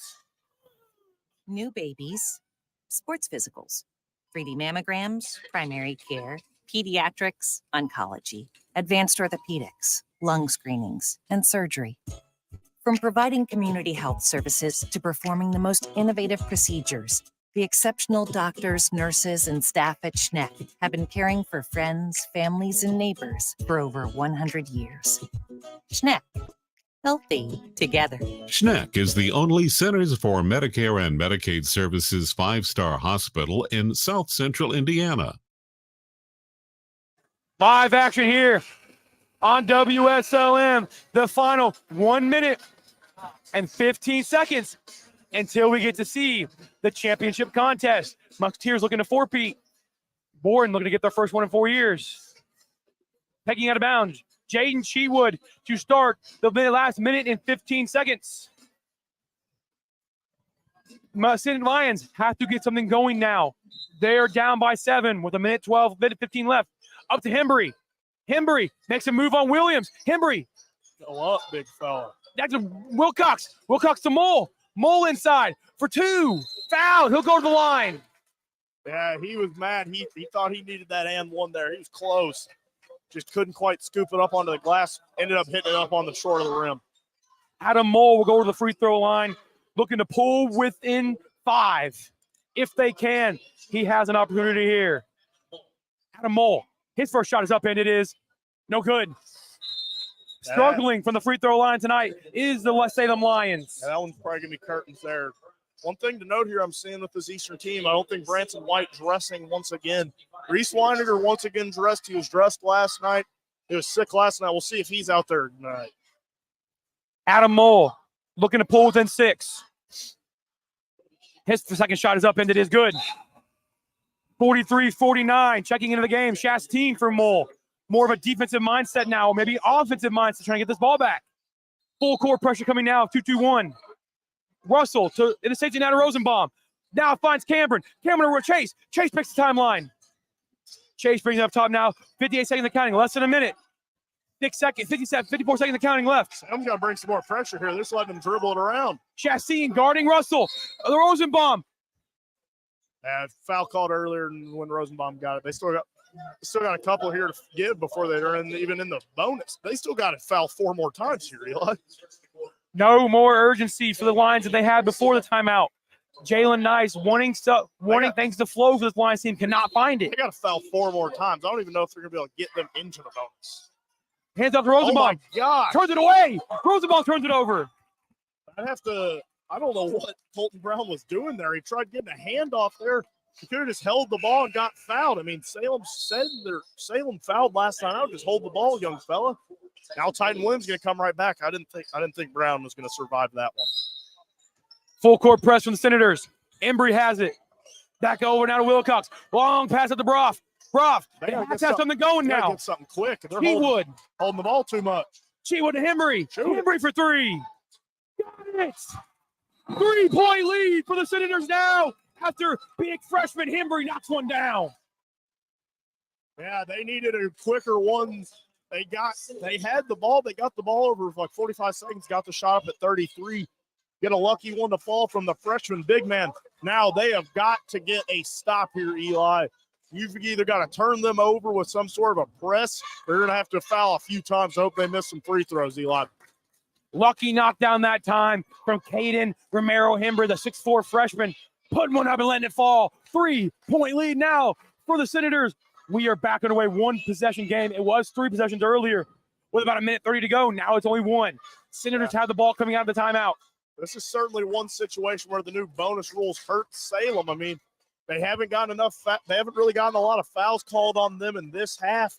I mean, this quarter, they had a couple of them in the last quarter. They'd already probably be pretty close to that 7 foul mark. I mean, that's just one that's going to hurt them a little bit because, even once they get them to the bonus, they're shooting 2 the rest of the way. They can't get a 1-and-1 type of miss now. I think that's the one drawback of the rule is the lack of that 1-and-1 miss nowadays. It makes the end of the game just really weird in these close ones. Bringing it back on the court now, both Senators and Lions ready to resume action here on WSLM. 33 flat remaining in the fourth quarter. 49-46 is our score. Senators on top, looking to take home in third place or the medallion rather than a loss and no wins this weekend. Yeah, bronze medal's better than losing both your games, Eli. Here comes Rosenbaum. Full court pressure finds Russell. Rosenbaum now turns it over. Russell nearly throws it away to Broff, but look out of bounds. Salem got the pass they wanted there. Russell was in the corner. They're probably not going to go back to that corner again. Chase has it. He's fouled. Ooh, that was a quick one. Still 3 more fouls until the bonus for the Lions. Yeah, Salem's going to be able to keep setting up in this press as many times as they want here. They might be able to get another look at a trap in the corners. Keep that corner open. Now go. Fallon Rosenbaum. They got to be able to jump that a little bit earlier. They're getting the trap there. West Washington's inbounding these to the corner. Driving a head coach crazy trying to do that. Corner is the no spot in the press. Chase has it. Chase turns the corner. He's fouled. I mean, this is precious time ticking off now. They still got to get another foul here. I'd maybe try to foul before the inbound. Need to wrap someone up. It could be an intentional technical foul, though, if that happens. I don't know, man. I try to make a play on the ball. Maybe foul a guy like Williams. He's missed 1 or 2 tonight. Here we go. Rosenbaum on the sideline. Try to foul one of them before the inbound. Then you control who shoots it. They get to Cameron. Oh, they foul him. Yeah, I think that's a better one to foul than Rosenbaum. Jackson Cameron going to the line to looking to put this one away up by 3 with 25 and a half seconds remaining. We still got a lot of ball game ahead of us in this one. I mean, they can extend this game for a while now that they're in the bonus. You get a couple of missed free throws. This is anybody's game. Cameron going to the line now, checking into the game. Braxton Dean and Evan Lloyd. It's just going to be interesting to see if Salem gets it up the court quick enough. I mean, they haven't been scoring very fast. I mean, they wasted off a lot of time last time. They're going to have to get this ball up the court quick and get up a 3 or a layup to go. Cameron at the free throw line, looking to take this one away. His first shot is up, and it is good. Yeah, knocked that one down. Jackson no doubt Cameron about that one. extends the lead to 4. It's a 2-possession game now, or a magically 1-possession game, thinking and 1-3. Not quite. You gotta be echoing here if you're Coach Cummings. No fouls on the 3-pointer. It's happened before. You can't afford a foul on it here. You got to have hands straight up if they're going to come down and try to shoot a 3. Cameron looking to put this one into a 2-possession game. First, second shot is up and good. Another one 9-1 both times. Cold-blooded Jackson Cameron. Got to get a pass going up the court here. Dean, here we go. Now a 3-point shooter. I don't like the inbound to Dean there. Here goes Cheatwood. Cheatwood trying to get something going. Can't. Finds Dean again. Dean, not a 3-point shooter. Trying to get down for 2. Misses it. But Mo has it. Mo for 2. Misses it again. Mo again for 2. Misses it again. My goodness. And that should do it. They'll foul him. Coach Nice is going crazy on the sideline. He jumped out of the roof. He's mad about something, man. That'll do it. And that'll probably be curtains, and I think it's going to hit right around my point projection of 6 to 8 point lead. It could. I mean, that's right on the money, Eli. I mean, props to Dylan on that one. I mean, that's a multi-million-dollar projection right there. Unfortunately, he's getting nothing but the satisfaction of calling a game tonight. Cameron, first shot from the line is up, and it is good. There's 6. That'll seal the deal. If it gets it to 7, it's right in the middle of my ring. That'll seal the deal for this one tonight. Yeah, Salem's cheer blocks just, spreading a little bit of holiday cheer. And Rosenbaum gets the offensive rebound, but Mo's going to pull it away. The ball's still loose, and Mo has it, and the clock will expire. The Senators. And you can check the tape, but I said 6 points, but just huge game there from West Washington. I'll be sure to pull that tape up at the end of the night tonight. But for now, West Washington beats the Lions for the second time this season, 52-46. Now we're going to see Borden and Eastern. Can Eastern split the series 1-1 on the season, or will Borden pull away to a 2-0 series lead? 20 minutes on the clock for one. We'll send you way back for a minor post-game show. Yeah, let's just send them out to Commissioner Corner. We can do a pregame and a show at once. All right, we'll send you away to Commissioner's Corner. Be back for the remainder of our doubleheader here on WSLM. Championship game to follow. Eli will be back after the halftime report for more hoops action on WSLN. It's time for the Commissioner's Corner, an exclusive weekly conversation about Indiana high school sports with the commissioner of the IHSAA, Paul Neidig. Now for an up-to-the-minute report about what's happening in the constantly changing world of high school sports, here's Coach Bob Lovell with Commissioner Paul Neidig. Welcome back, everyone, to our weekly conversation with Paul Neidig, the commissioner of the IHSAA. We'll talk about all things particular to the IHSAA. Commissioner, thanks for being with me. We're in the midst of basketball. We're heavily into basketball. This Christmas season is always one that people look forward to. It's kind of a line of demarcation, if you will, that the basketball is clearly upon us. And been some exciting games, lots and lots of great things going on the boys and girls side in terms of basketball in our state right now. There is, Coach. And, the girls' season is just about half over. And, Yeah. you know, and again, the excitement continues to build around the girls basketball. And I got to give a shout out to our partner, the Fever, and that number one draft choice that they were able to get last week. And, you know, but, you know, there's a lot of excitement around the girls game right now. And, you know, so that's really good. In the boys season, you know, they're still kind of getting started here, but right. I always call it tune-up time, Coach. You know, is, you know, the education side, the classroom settles down here as we move into the Christmas holidays. And then coaches really get to spend some additional time with their student athletes. They get to assess where they've been in the first half of the year and make plans on the second half. And they'll make their adjustments and change things up and do what they need to do in an education-based system to get these kids coached up for a great run through the rest of the winter here. You are also, and your staff are making plans for wrestling championship coming up, and obviously continue to make plans for the boys and girls basketball tournaments. You guys never stop when it comes to tournaments. We don't, Coach. And, you know, we have a couple changes this year that I think obviously fans need to be aware of. But, you know, we have a wonderful event coming to Indianapolis, and it's going to be, we'll call it epic, Coach, but it's going to be the NBA All-Star game that's going to come here a little bit later after the calendar turns. But, you know, because of that, we're going to step out of Indianapolis for 1 year, and we're going to go down to the Ford Center in Evansville, Indiana, and we're going to celebrate a state championship in our wrestling tournament down to Ford Center. And, you know, I don't know, you know this, but it's a wrestling hotbed, and they're really excited about being able to put their best foot forward. And I think it's going to be the first time that Evansville has ever been able to host a state championship in their community. So we're excited about that. And then we have another little change when we get to the boys tournament this year. There's a little thing called the NCAA tournament that's going to be back here in Indianapolis this year. And we're actually going to step away. So between the semi-state tournament this year and boys basketball, we're going to have a 2-week break. And we had that same break in 2020 with COVID. And, you know, it worked out fine for us.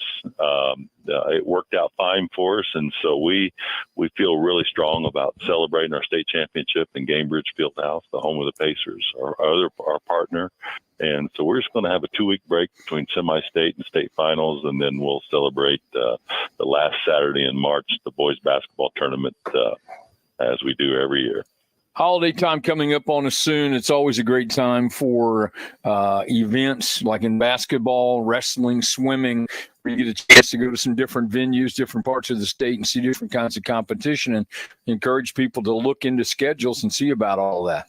It would be I think you and I need to get in the car someday between Christmas and New Year's and just see how many different basketball games we can go to, because there are holiday tournaments throughout this entire state between that Christmas and New Year's time. And I think I mapped it out a couple of years ago. And during that short time, I think I figured out I could have watched 27 different basketball games between the boys and the girls over Christmas break, just going from town to town watching holiday tournaments. And I'll probably do that someday, but you know, it's just a time. It's just a great time of the year to be thankful and celebrate the holidays with your family, but also with your teammates.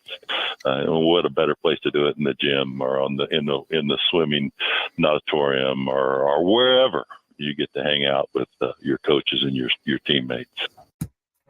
Thanks for listening to the Commissioner's Corner with IHSAA Commissioner Paul Neidig and Coach Bob Lovell. And thank you for your continued support of the high schools in your community. Wrap up your year with holiday savings at Billy Martin Store in Martinsburg. If you're looking to buy the perfect gift for that special person on your Christmas list this year, then the Billy Martin Store is the place to go to give the gift that can be used year after year. We have so many nice items on our display floor to choose from, but every day, low prices. From furniture, appliances, and flooring, we're sure you'll find that perfect item. So this Christmas season, sit back and relax in comfort as you entertain your guests. Billy Martin Store can offer you free Christmas layaway, free delivery and setup. We do stand behind what we sell if a problem should occur. We would like to thank everyone for your support that you give to us year after year. And from our families to your family, we wish everyone a safe and happy holiday season. Billy Martin Store is family owned and operated since 1859. And we are located in the heart of downtown Martinsburg, or feel free to give us a call at 967-3997, and we'll be glad to help you.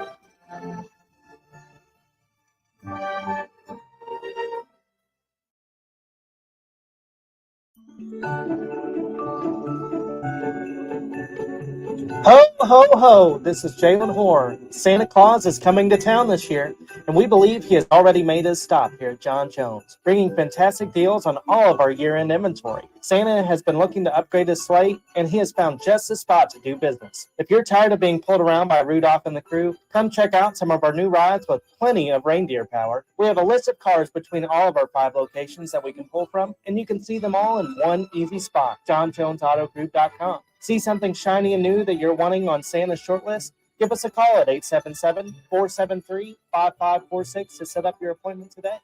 And from your local John Jones family, we want to wish you and your family a very Merry Christmas.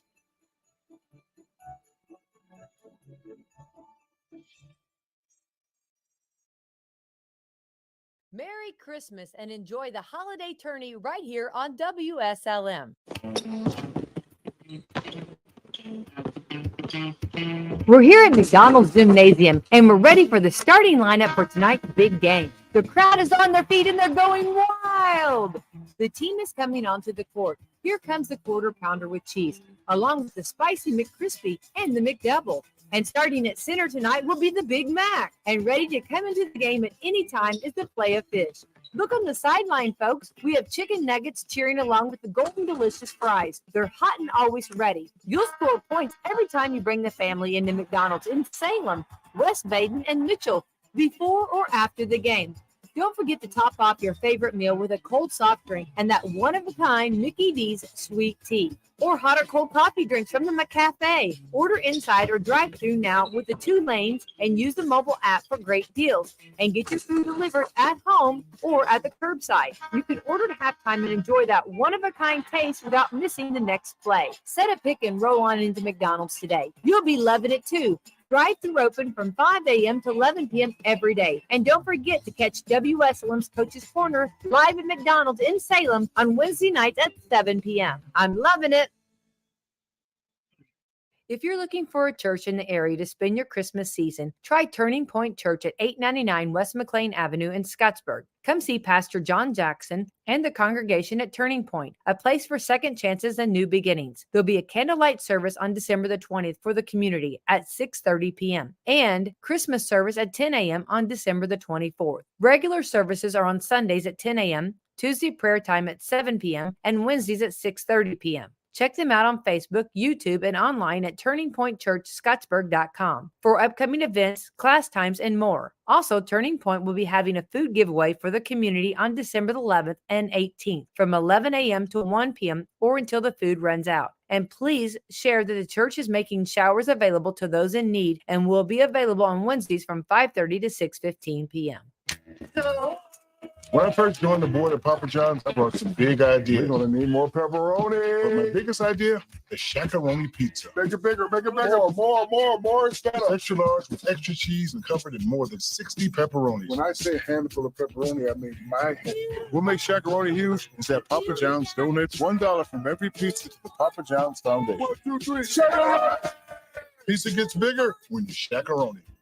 Only at Papa John's. The new Shakaroni is available at your Salem Papa John's for a limited time, starting at only $13.99. Call today at 812-883-3369 or order on your Papa John's app. Better ingredients, better pizza, Papa John's.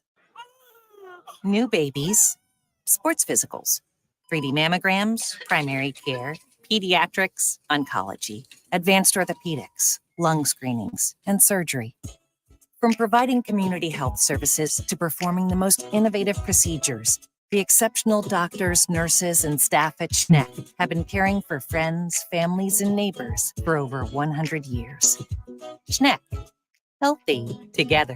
Schneck is the only Centers for Medicare and Medicaid Services 5-star hospital in South Central Indiana. Caring people make the difference. You can feel it the minute you walk into Salem Crossing. Experts in long-term care, not just doing a job, but following a calling. They're here to help you and your family find answers and solutions and peace of mind. In fact, they become an extension of your family. For more information about Salem Crossing, visit ASCSSeniorCare.com or call 812-883-1877. That's 812-883-1877.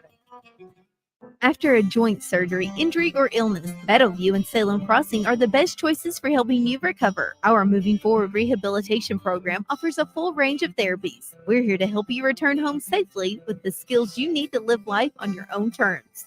Meadowview and Salem Crossing, two great options for your rehabilitation. To learn more, visit asccare.com or call 888-996-8272.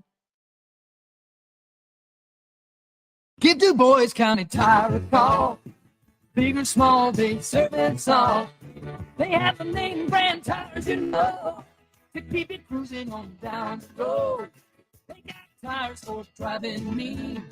They even got them for your farm machine. You can call them day or night. Du Bois County Tire does it right. Big or small, we serve it all. Du Bois County Tire. Unlock a season of savings and fall road trips with Michelin tires. Between October 11th and October 27th, get $70 via reward card or virtual prepaid card after online submission with the purchase of 4 new Michelin passenger or light truck tires. Available at Washington County Tire Shop in Salem, Davies County Tire and Supply in Washington, Knox County Tire and Supply in Vincennes, and Du Bois County Tire and Supply in Jasper. Big or small, we serve it all. Du Bois County Tire. What a weekend for Purdue basketball. They're the all-time leader in Big Ten titles. He's cooking today. And they play right here all year long. You don't want to miss a single game of Boiler Bowl this season. What a weekend to be a Boilermaker. The Purdue Boilermakers play here. Merry Christmas and enjoy the holiday tourney right here on WSLM.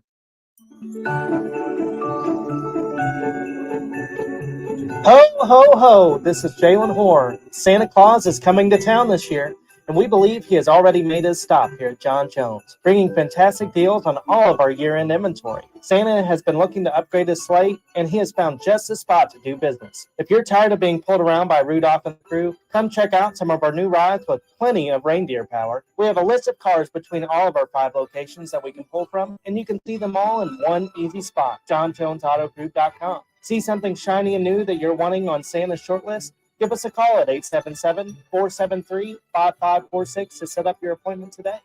And from your local John Jones family, we want to wish you and your family a very Merry Christmas.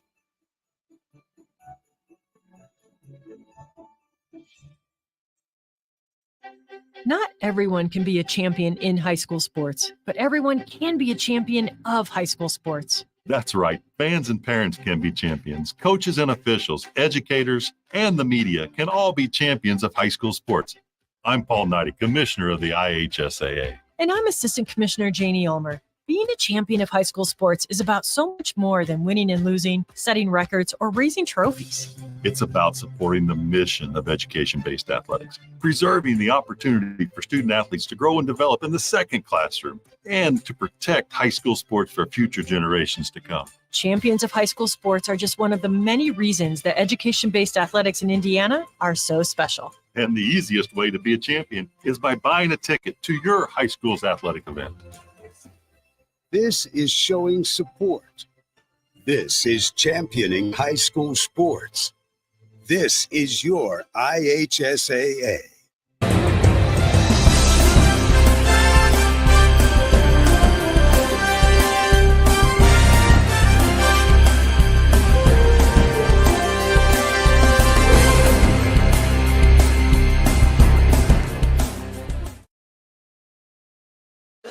We welcome you back here to Borden High School for this championship Saturday. I'm Dylan Beach alongside Eli Guthrie for tonight's coverage of this championship between the Borden Braves and the visiting Eastern Musketeers. Eli, we've seen 3 games so far. Let's go ahead and recap last game, Salem versus West Washington. What really went down in that one, Eli?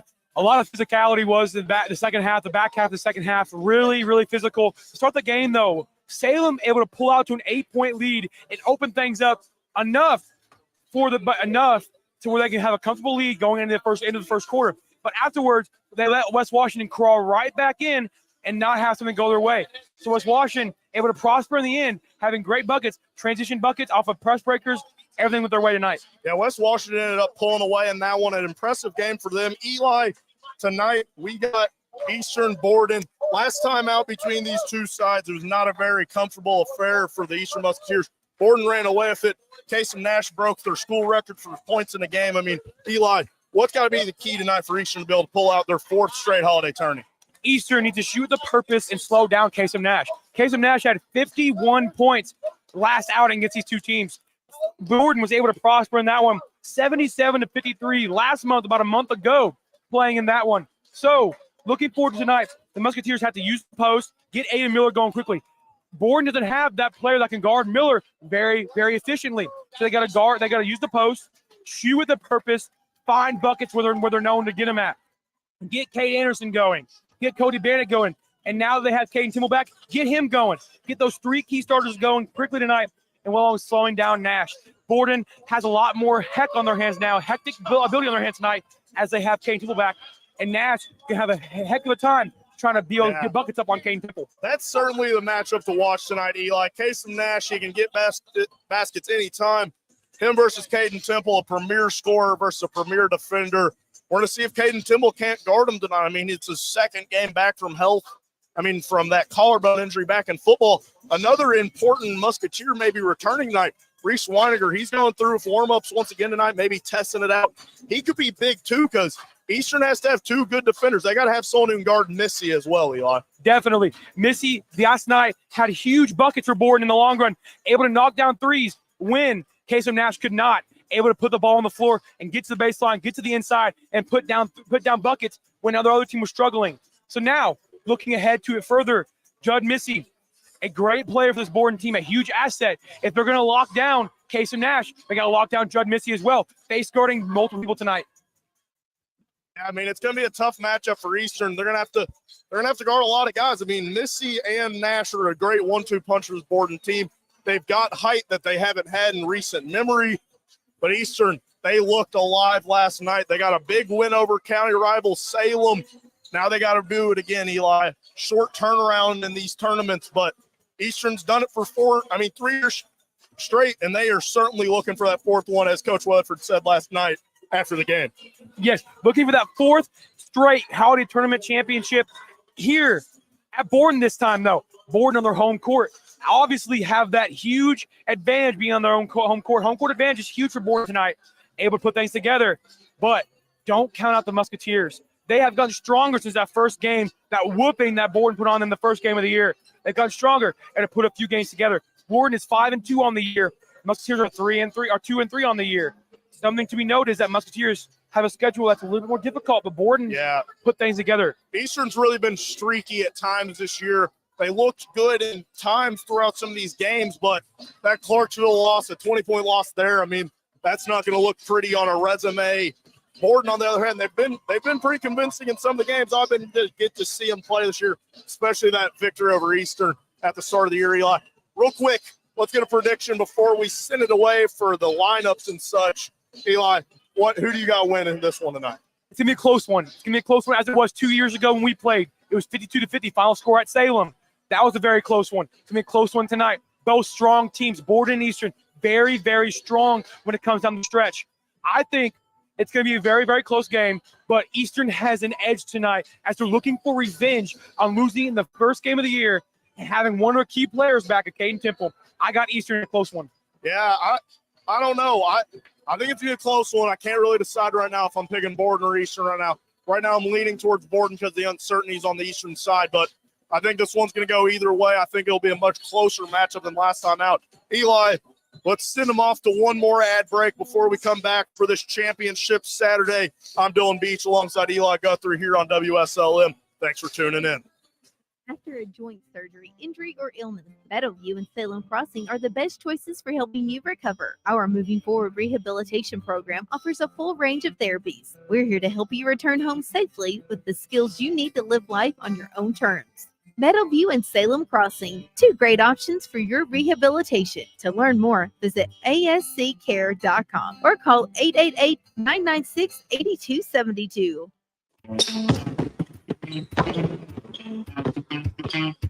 We're here at McDonald's Gymnasium, and we're ready for the starting lineup for tonight's big game. The crowd is on their feet, and they're going wild.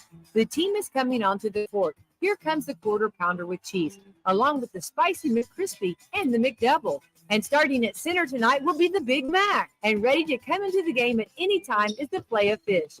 Look on the sideline, folks. We have chicken nuggets cheering along with the golden delicious fries. They're hot and always ready. You'll score points every time you bring the family into McDonald's in Salem, West Baden, and Mitchell before or after the game.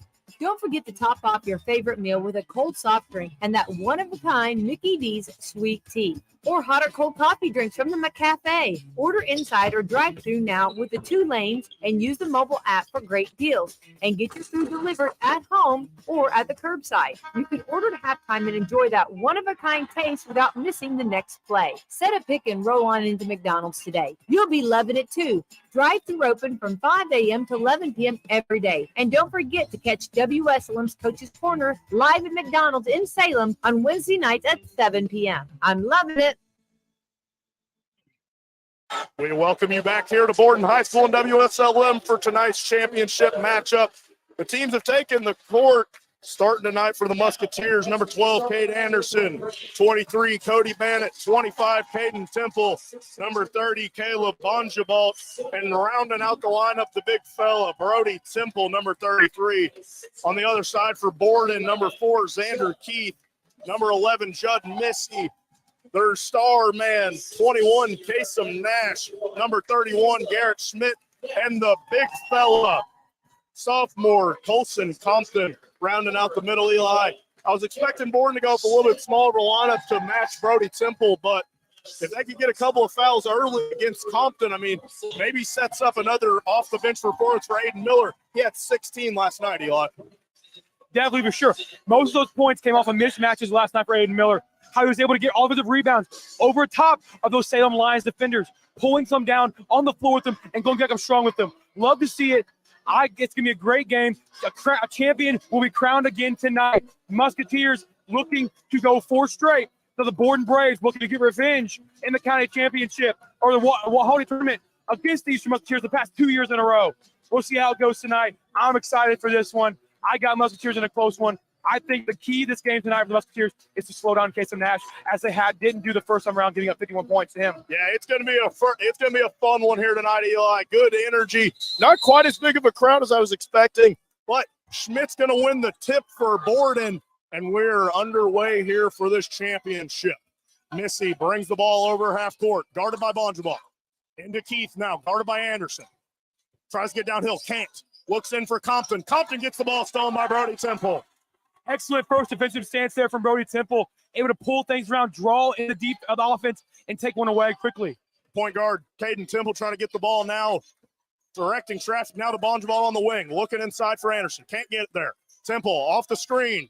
Gets it to Bannett. Bannett looking for the pull-up jumper. Gets it. Cody Bannett opening up the scoring tonight. A 15-foot jumper off the curl route. Love to see it from Cody Bannett. He's going to be a good asset tonight. Eastern gets the first 2 in this one. 2-0, 7:15 to play. Caleb Bonjabal now guarding Judd Missy. Xander Keith tries to look inside for Compton. Now out on the wing, guarded by Temple. Keith tries to get downhill on Anderson. Throws the lob to Compton. Barely can control it in. Throws it out to Schmidt. Gets it to Nash. Nash downhill. Floater. Gets it to go. They left Kasem Nash alone there on the recovery. Caden Temple was able to recover quick enough. Nash would get downhill. Temple now in the short corner. Back out to Bannett for 3. Can't get it to fall. Kasem Nash going to collect the miss. Borden pushing up the pressure now. Up to Keith in the corner. Passes on the shot. Nash shot fakes. Gets downhill. Off the fade. Gets the fade away. Mid-range to fall. Kasem Nash gets his first 4 to go. 4-2 is the lead here. 6:30 to play in the first quarter. You can't leave Casey Nash alone. Caden Temple in his past 2 shots has left his feet, and Casey Nash going right around him. He's got to stop leaving his feet and close out smooth. Anderson gets it to Temple at the top of the key. Gets it to Bannett now. Bannett downhill. Storms downhill. Almost gets fouled there. Gets it to the top. Hits the back of the rim support. That one's going to be Borden ball off the Cody Bannett miss. Out downhill drive by Cody Bennett. Started with a slip on the left corner there, or the far side corner. Not going well tonight. 4-2 lead for Borden. They got to stop here. Stop score is the momentum driver for the Musketeers right now. Yeah, he got a little bit of contact there. Didn't get the call, though. Xander Keith, but Schmidt on the wing. Looks in for Nash. Nash guarded closely by Temple. Steps out, tries to get downhill to his left. Gets shot blocked by Temple. They're going to say that one went back out on Nash. That is a great defensive play to redeem himself there from Temple. Temple able to recover very quickly off the pump fake, not allowing Casey Nash to get around him like they had the past 2 previous drives. So now Caden Temple turning it over off the knee of Casey Nash going the other way. Anderson brings it up for the Musketeers. Passes to Temple on the wing, looking inside for Bongeball. Can't get it there. Anderson downhill. Tries to get a shot off over Nash, doesn't. Temple settling the offense back down, gets it to Bannett. Bannett downhill now. Got grabbed on the arm, no call. Eastern trying to grab the loose ball. We're going to get a jump ball here. I believe the ball is going to stay with Eastern. It sure will. The jump ball is controlled by Schmidt off of the tip. Ooh. Got the tip. And now Nash has got wobbly that time. Kasem Nash slow to get up there, grabbing at his abdomen area, around that chest. Think he's going to stay in, but I mean, that is not something you want to see if you're a Borden fan tonight. Those ribs are going to cause Nash some trouble tonight. He got whacked one there by the ball when he's going down on it. Refs really letting them play so far. Eastern taking a lot of contact on that last drive, had the arms grabbed, kind of just threw it out. Temple now up top, gets it to Anderson. Anderson for 3. Can't get it to fall, gets hit down. No call there. Nash corrals the rebound, and Borden's out pushing again. Missy up the court, finds Compton underneath, and gets it to go. That's a transition offense you got to see tonight from Borden in order to win this game tonight. Borden able to get out long, find Compton on those run route. They got to get Borden Temple back cleaner. Compton ran rim to rim there. Anderson to Temple now on the handoff. Temple trying to get downhill, screened by his brother. Bannett now downhill, gets the mid-range jumper to go. Knocks that one down. 6-4 here from Borden High School. 4:50 to play. We got a close one so far. Temple guarding Nash closely. Now to Missy. He tries to get downhill. Shoots up a floater. A prayer there. Tries to get his own miss. That one's going to go out on Judd Missy. He tried to contest it to the refs. Not going to get that call any day. Went out on Missy there. Eastern now with a chance to either tie this one up or take the lead, Eli. Bannett with all 4 points in Musketeers so far in this matchup. Over halfway through the first quarter almost. Bannett able to get that 15-foot jumper down smoothly and knock a few away. Yeah, Cody Bannett last night, 22 for the Musketeers, was the leading scorer, outscoring Salem at a point. Bongeball now in the post, gets blocked, but they're going to call a foul there. A foul on Compton, I believe, that time around. Compton lost Bongeball in that post feed. Bongeball able to turn the shoulder, go up for 2 without any hesitation. Compton took the foul. Yeah, Bongeball's been shaky from the free throw line at times this year. We're going to have to see him knock down a pair to tie this one up for Eastern. He's at the line for his first. First one is up and in. That one is good, Eli. Shocking one there from Bongeball. We've seen him throughout the year. He's kind of back and forth every once in a while. It's nice to see him get his groove in from the free throw line. Nice shot there from Caleb Bongeball. Consistent, but not consistent enough. Leaves the second one short, exactly what we were talking about, Eli. The foul on Compton's huge. If Eastern can get a couple of fouls on Compton, it could become an Aiden Miller ball game down low. It sure can. Aiden Miller, strong one, had 16 points last night against Salem. Put that one away. He was the key to why Eastern won by 31 points. Nash now gets it up high. He can shoot it from anywhere. Guarded close by Temple. Missy now trying to get downhill on Bongeball. Gets it to Schmidt on the handoff. Will Bannett up top.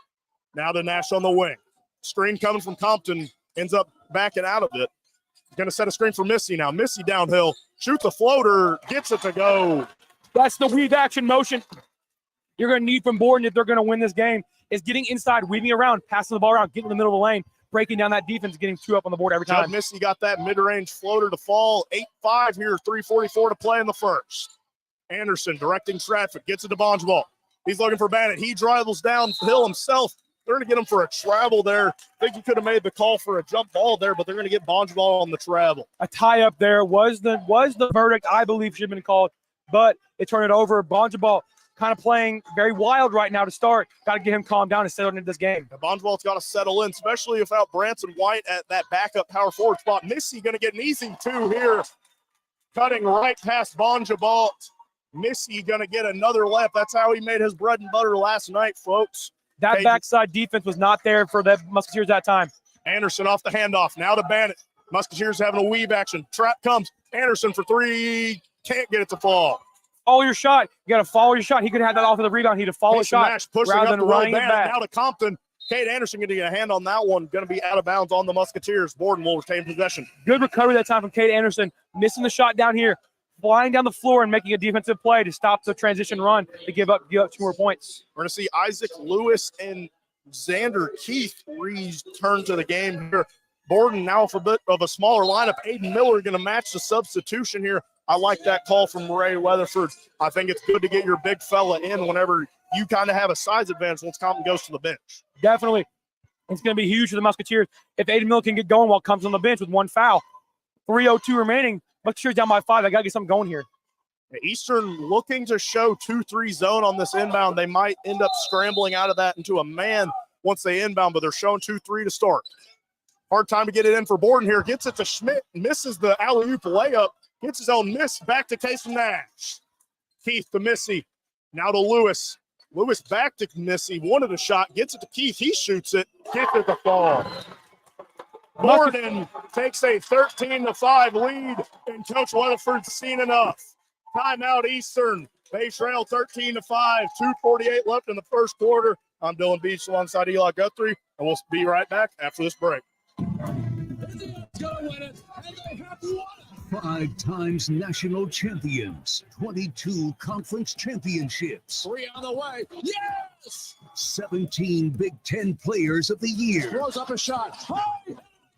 7 basketball Hall of Famers, and countless memories on the court. Trace puts it up. Oh, what a spin move! This is Indiana Hoosiers basketball. We welcome you back here to Borden High School. First quarter action here in this championship game. It was close early. Borden starting to pull away a little bit with now an 8-point lead. We're going to see how Coach Weatherford's Musketeers will fight back into this one, Eli. Now having Aiden Miller on the floor with Compton on the bench, how they can pick up an early foul, get him some rest. Aiden Miller should have a heyday down low if he get the ball to him. That's good matchup. Him on the 6'2" Isaac Lewis. I mean, he had a lot of dump down baskets last night on the small Salem team. We're going to see if he can't match his 16-point performance here tonight. Bannett up top, trying to dribble on Nash. Gets it to Anderson now. They had Temple open in the corner, didn't get there. Bongevalt dribbles, gets it to Temple now.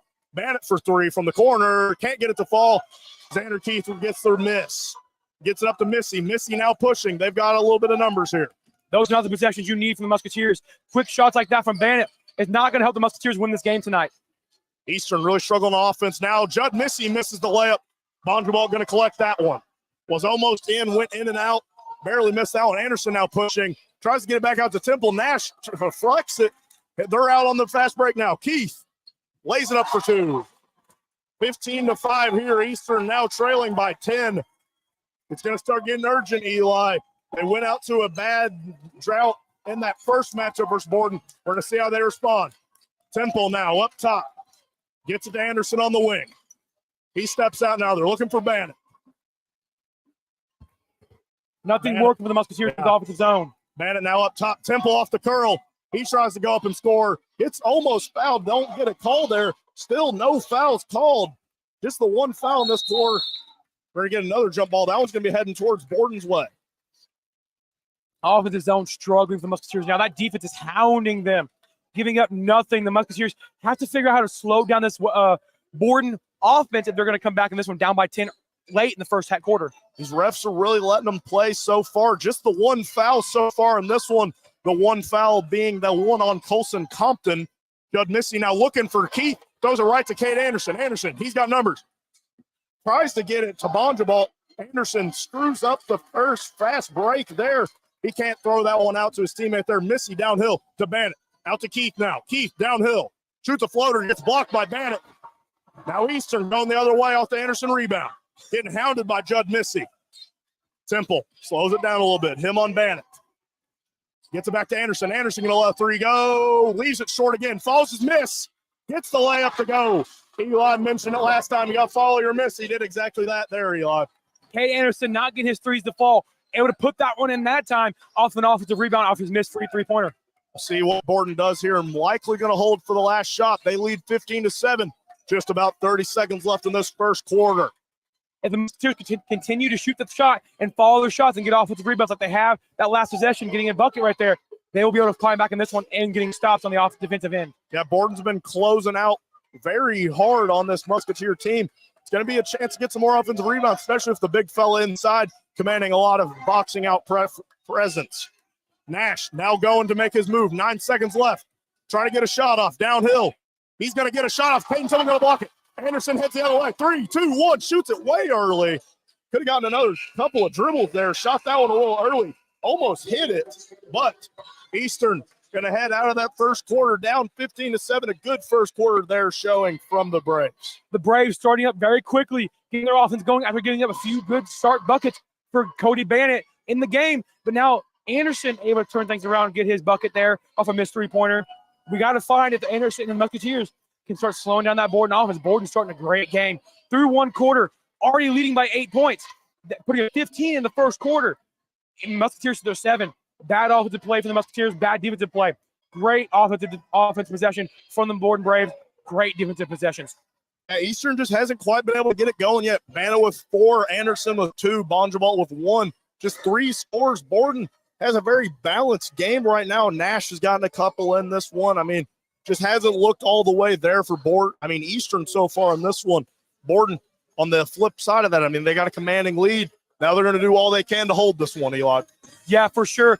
Borden has to, in order to keep things going if they want to win this game tonight, having been beat by the Musketeers twice and 2 times in a row in the County Tournament Championship. So now we're going to see how Borden can come out in the second quarter and look to keep that momentum and win this game against the Musketeers. Yeah, we've got to see a different Eastern side in this one. I mean, last time we saw how fast it got away. The positive side here for Eastern is at least they haven't given up 24 points to Case Nash through one like they did last time out. But still, they're creating havoc. Other guys are getting shots. Judd Missy's getting a few to fall. I mean, he got a couple of easy ones on Bonjabal. It's going to be interesting to see who steps up and guards Missy because, I mean, on any given night, he can also give you 20, much like Nash will. If I remember correctly, Kasem Nash had 26 points of the 26 in the first quarter for Borden the first time out. Yeah, it was either 24 of 24 or 26 of 26. Anderson now dribbling around the key for the Musketeers. Back underway here in the second quarter. Temple up top. Gets it to Bannett on the wing. Looking inside for his big fella, Miller. Miller, no dribbles, just passes it right back out to Bannett. Bannett tries to dribble downhill on Nash. Goes nowhere. Temple in the corner. Back to Anderson up top. Bannett now looking for the post feed. Gets downhill. Through contact. Almost gets the end one to fall. He'll be shooting 2. Great move by Cody Bannett. Able to slice and dice through that defense. Get to the outside and go up for 2. Getting fouled. Almost had the end one. Yeah, second quarter action here underway. Second foul of the game called now. That one going to be going against Kasem Nash. That'd be something to look out for if they get another one on him to send Nash to the bench. Cody Bannett going to shoot that first free throw, knock it down, and now we got a 7-point ball game here from Borden High School. Consistent free throw shooting from Cody Bannett around the corner. Got that one to fall too. 6-point lead here now for Borden. We're going to see what their response is to the Cody Bannett drive on their first possession of this second quarter. Missy brings it over the timeline. Gets it to Schmidt. Looking for Nash on the back cut. Gets the lamp to go. And that's inexcusable from Caden Temple, just completely losing the best player on the court there. It was a double screen coming up. Aiden Miller has to know that screen's going to come, and that lob from the backside's going to be there. Miller's got to call that one out. Now looking for a post tip. Bannett up top. Dribbles on Kasem Nash, just goes nowhere again. Anderson up top. He's looking for Bannett on the handoff. Bannett downhill to about the same spot. Anderson for 3 now. Gets that one to fall. A huge shot there for Cade Anderson to trim this one to 5. Cade Anderson started off slow, missing 3 3-pointers to start the game. Now got one to fall, and he started off good. We'll have a push. They're going to get a foul on Cody Bannett there after Eastern trims the lead 17-12. Here's 6:40 to play. That'll be Cody Bannett's first. The Musketeers first. Brody Temple going to re-enter the game here for Aiden Miller. Him versus Colson Compton, battle of guys around that 6'5" area. It'll be a good matchup to watch. It'll be a good matchup to watch for a few years, both of them being sophomores. Kate Anderson now guarding Keith closely. Gets it to Schmidt on the corner. Back to Keith. He's getting downhill. Tries to put up a 2. Passes to Compton. He gets the layup to fall. Brody Temple helping a little too much over on Xander Keith. Compton gets the layup. They got to have backside help. People got to fall down from the three-point line and get out there and help block out that shot right there. Kate Anderson up top. Looks to shoot. Pass, pump fakes. Gets downhill. Scoop layup. Gets it to go. An acrobatic layup there from Kate Anderson to get it back to a 5-point lead here. Anderson doing what he needs, what it takes tonight for the Musketeers to stay in this game. Borden off to a hot start, and this one not giving him much as Bandit takes one away. Oh, Bandit maybe could have did the tight walk on the sideline there. Tries to save that one. Almost gets the steal there. A great effort there from Cody Bandit. Something that he has typically not really done in the past. I mean, jumping those passing lanes. That was a good play almost there from Cody Bandit. You got to watch the jumping the passing lanes, though. Could get that back cuts. Kasem Nash now guarded by Temple. Temple trying to reach in. Nash tries to get downhill. Backs it back out to Missy. Missy up top on Bonjabal. Directing traffic around a little bit. Borden setting up a set. Bonjabal, good defensive possession so far from him. He's guarding him tightly. Missy still looking for a pass. Gets it to Keith on the wing. Looking inside for Schmidt. It's covered up by Brody Temple. Switches it back. Now Bandit on him. Nash trying to get downhill. Goes up for a fadeaway. Gets it to fall. Kasem Nash, you can't give him more than an inch of separation. He gets down to fall. Back to a 7-point lead, and we're just yo-yoing back and forth between 7 and 5, Eli. Kasem Nash to watch that chicken wing on his push out his back step right there. He's letting his arm play up a little bit. The referees will get that one called if he doesn't watch his arm right that one. Temple up to Bonjabal. Bonjabal on the wing looking for Anderson. Anderson's the hot hand right now after that last 3. We're going to try to get him another shot here. He's trying to attack on Keith. Can't. Gets it to Bandit. Bandit now up top around the volleyball line. Gets it inside to Temple. Back out to Bandit now. Tries to get downhill. Caden Temple up top. Now over to Anderson. Anderson gets a screen from Bandit. Refuses it. Goes down to the right. Shoots a mid-range. Gets fouled a little bit. Not going to get the call. Nash is heading the other way. Borden now. Nash around the free throw line. Gets out to Missy for a corner 3. Missy can't get that one to fall. Compton tips it over to Keith. Keith's going to shoot a layup now. We're going to have a foul call, I believe, on the Eastern Musketeers. He'll go to the line for 2 free throws that time. Looking to push the lead back out to 9 after that run of offense there from Borden. Something got to stop right now for Musketeers on defense. Eastern really struggling to get enough stops and scores to really fully get back into this game. That foul going to be called on Caleb Bonjabal. That's the Musketeers' second and his first. Xander Keith's first free throw is up. He's going to get that one to fall. Xander Keith, a very consistent free throw shooter for the Braves. Miller's going to check back in for the Musketeers, looking to slow down Compton down low. Yeah, Compton's been getting a lot of good offensive rebound looks here. They got to get a body on him. Brody Temple just wasn't getting the job done. They're going to put in Aiden Miller now. Will Bandit checking in for the Braves. He's going to get the shooter, Xander Keith, a break. Keith's been getting him some good minutes here lately. Borden ran the same starters here tonight that they did last time versus the Musketeers, which, I mean, had a lot of success that night. Temple over the timeline now.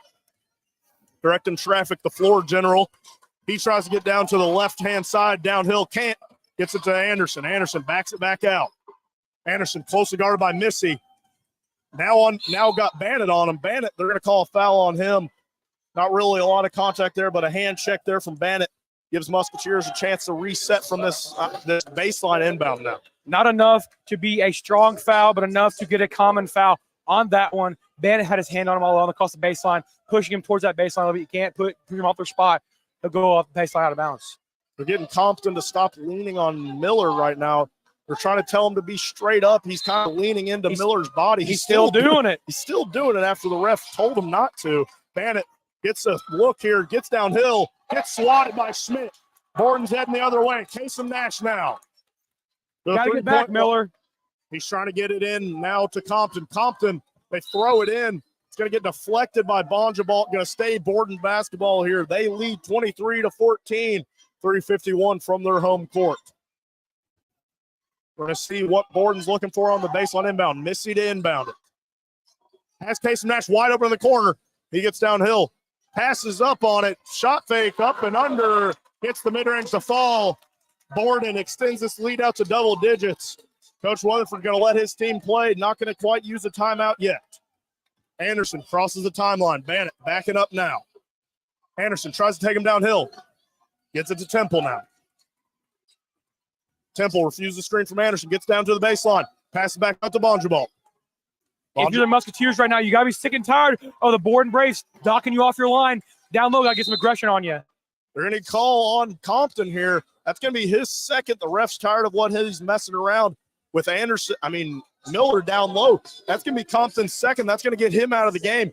Maybe a turning tide here for Eastern, as their big man's going to be getting about an 8-inch height difference now. It should be an easy to pin the leg around for Miller and knock one away here on the inbound pass. No, we're going to dish him outside. They dish it out to him. He's looking for the pass now. No one getting open. Gets it back to Anderson. Anderson wanted to shoot it. Passes on it. Gets a mid-range. Can't get it to fall. Miller with the rebound. Takes a dribble. Just needs to go back up with that one. Big fella put the ball on the floor. Temple with the steal. And going to be a quick foul on Missy. Eastern probably wishing that one didn't get called. Temple is going to have an open layup there. But Eastern ball going to take back over. And a foul on Missy. That'll be their team's fourth, I believe. Definitely now. So next foul, put him in the bonus, double bonus this time around. So Caden Temple, great clean steal that time around. Of course, the Borden fans didn't like that one very much. Called it and go their way. They throw a fit. It's okay. It's basketball. Calm down, Eli. Be a little bit unbiased here. Caden Temple gets in. Gets hacked a few times there. Ends up on the ground. Ref staring right at him. Call doesn't go. Musketeers way. Nash for three. Can't get it to fall. Gets his own miss. Goes back in. He's going to get fouled. That is just a frustrating bit there for the Musketeers. They thought they had a foul on the other end when Temple got hacked a little bit. And then on the other end, Miller just coming down a little too hard on Case and Nash. Both sides being able to play. Inconsistent play from Musketeers right now. They have to be able to slow things down. Put you down 13 at these free throws. And it's inconsistent play so far from the Musketeers. Nash, his first free throw's up. They now lead by 12, 26-14, 2:47 left in this first half. Eastern going to have to show a little bit of fight heading into the locker room to trim this lead down a little bit. Kasem Nash, last time out, he had 22 points en route to a Braves victory to get here over the Senators last night. They handled West Washington pretty handily by the end of that one. Anderson over the timeline after the Nash made free throw, 27-14. Temple slowing things down, getting his guys in order. This lead was within 6 points, and they slowed things down, let Borden get on top again. They got to look inside for Miller. He's posting up hard. They're not getting it to him. Anderson now going to take it back out. Gets it to Bandit up top. He's looking in for Bonjabal on Kylan Nash. Kylan Nash is going to get the steal there. Missy heading the other way for Borden. They've got numbers. He might slow it down. Bandit in the corner. Missy now back to Kasem Nash. He tries to drive right. Now back left. Gets it stolen by Temple. Temple, he's trying to go all the way. Gets the ball stolen. Kasem Nash can't believe that one. That's going to be his second. And now Caden Temple going to be shooting two. And Eastern will be shooting two the rest of the way in this first half. Well, I feel like it's a makeup call from earlier where he threw him to the ground, didn't get a foul with Nash there earlier. But now going to make up for it as Caden Temple will go to the line for 2 shots here. We're going to cut this lead to 11. Yeah, Brody Temple and Landon Rose now to enter in for the Musketeers. Eastern's got to be aggressive here. They're going to be shooting two the rest of these 2 minutes here. Going to see if they can't take advantage. Temple shoots the first and makes it. Good little free throw performance there. Last night had his fair share of struggles from the free throw line, Eli. We've known Caden Temple. He's been streaky from the line over his career at Eastern. Freshman year really had some struggles from the line, and then has kind of tuned it back up his sophomore and junior year. But last night, his first game back, it was kind of a struggle from the line. He's now 1 for 1 in this contest. He shoots the second, gets it to fall too. 27-16 is your score here from Borden High School. 2 minutes to play in this first half. Missy brings it up over the timeline now. Borden getting set up in a set. Lewis trying to screen. Doesn't screen. Missy tries to get downhill right. Puts up a layup. Bannett's going to block that one. It's going to be out on Bannett. Borden going to retain possession here at 1:49 to play. Great defensive play there from Bannett. But an even nicer Judd Missy lane, roll to the lane there, taking the screen the other way. Great play by Missy there, getting to the lane, but even better defensive play by Bannett. Nash to inbound now. Gets it up to Missy. Top of the key. Now looking for Nash on the inbound. They're going to get a moving screen on the other Nash brother. We're going to see head back the other way now. Eastern with a chance to trim this one back to single digits, Eli. They sure do, and it's something that has to be long awaited because the Musketeers have struggling on both ends of the floor now. Borden hounding them and all they have. 1-1, a 1-1-3 defense right now. Very interesting, a chasing around Caden Temple. Now 1-3-1 here for Borden. We'll see what Eastern can match with it. Landon Rose up top. Back to Temple. Rose now from the corner. He has it by himself. They're not really guarding him. Bennett in the corner now. Skips it over to Anderson. Anderson not quite have enough room to shoot that one. Bennett really fighting it. Brody Temple really fighting in the paint with Kylan Nash. Rose wing skips it back to Temple. Now to Anderson in the corner. Shoots a three. Gets it to fall. Eastern trims this one to an 8-point lead. 27-19. Just 1:09 left in this first half. Kasem Nash trying to direct the troops. Very slow start that off with the possession there for the Musketeers. Able to get something around the edge there and knock one down again. Borden now setting it up. Will Bennett gets it back to Missy up top. Now trying to get to Nash. Temple fights through the screen. They're running a sort of a triangle offense here for the folks at home. Missy gets it back up top under pressure from Bennett. Temple now guarding Nash. Nash gets it back over to Will Bennett. Once again, it looks like they're just going to try to hold for this last shot unless Eastern gives them something easy. Missy now up top gets it back over to Nash. Somebody's got to work on defense here for the Musketeers, get something stopped. They just keep screening each other here with just the three guards up top. They just keep screening each other.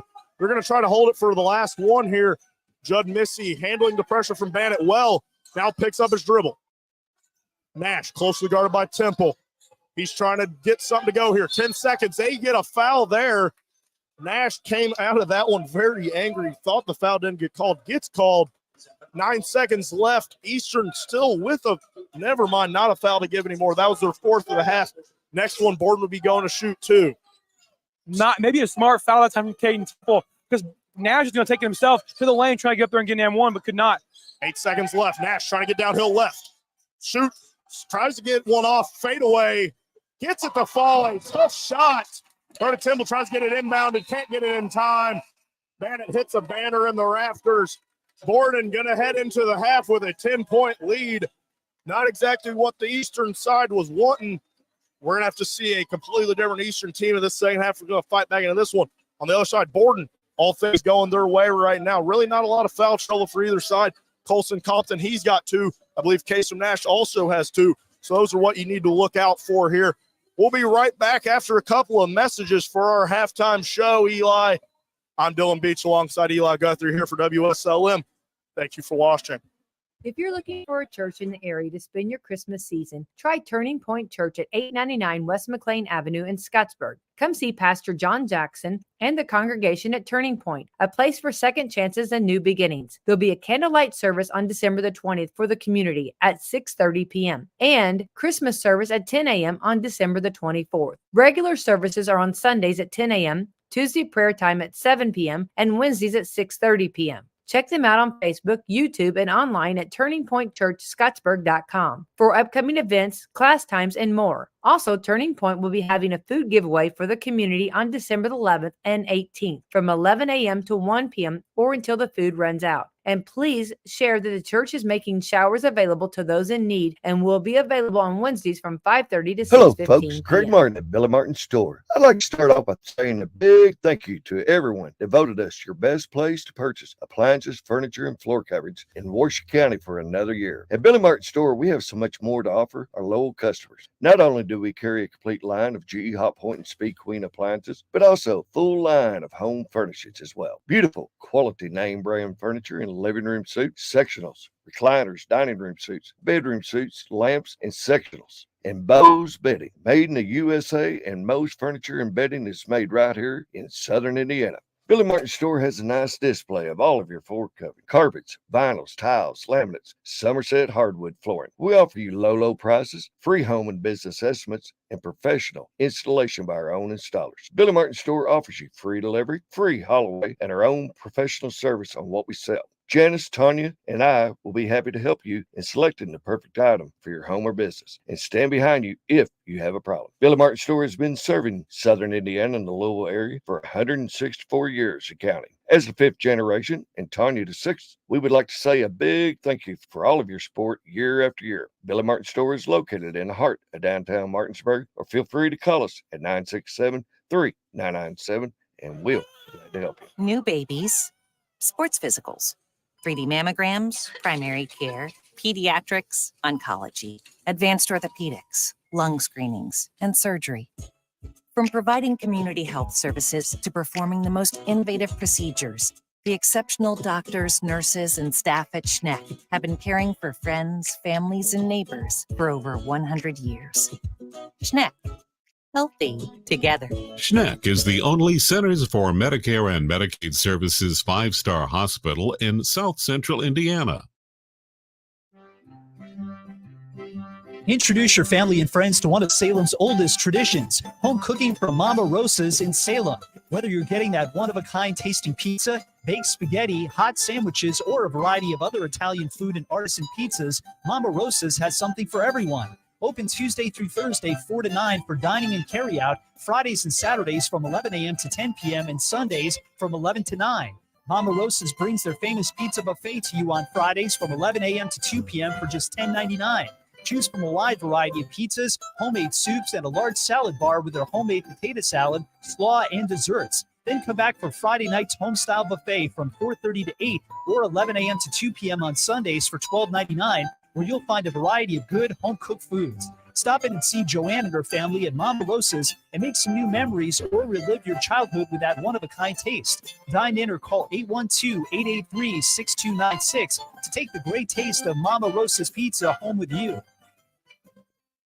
If you're looking for a church in the area to spend your Christmas season, try Turning Point Church at 899 West McLean Avenue in Scottsburg. Come see Pastor John Jackson and the congregation at Turning Point, a place for second chances and new beginnings. There'll be a candlelight service on December the 20th for the community at 6:30 p.m. and Christmas service at 10 a.m. on December the 24th. Regular services are on Sundays at 10 a.m., Tuesday prayer time at 7 p.m., and Wednesdays at 6:30 p.m. Check them out on Facebook, YouTube, and online at turningpointchurchscottsburg.com for upcoming events, class times, and more. Also, Turning Point will be having a food giveaway for the community on December the 11th and 18th from 11 a.m. to 1 p.m. or until the food runs out. And please share that the church is making showers available to those in need and will be available on Wednesdays from 5:30 to 6:15 p.m.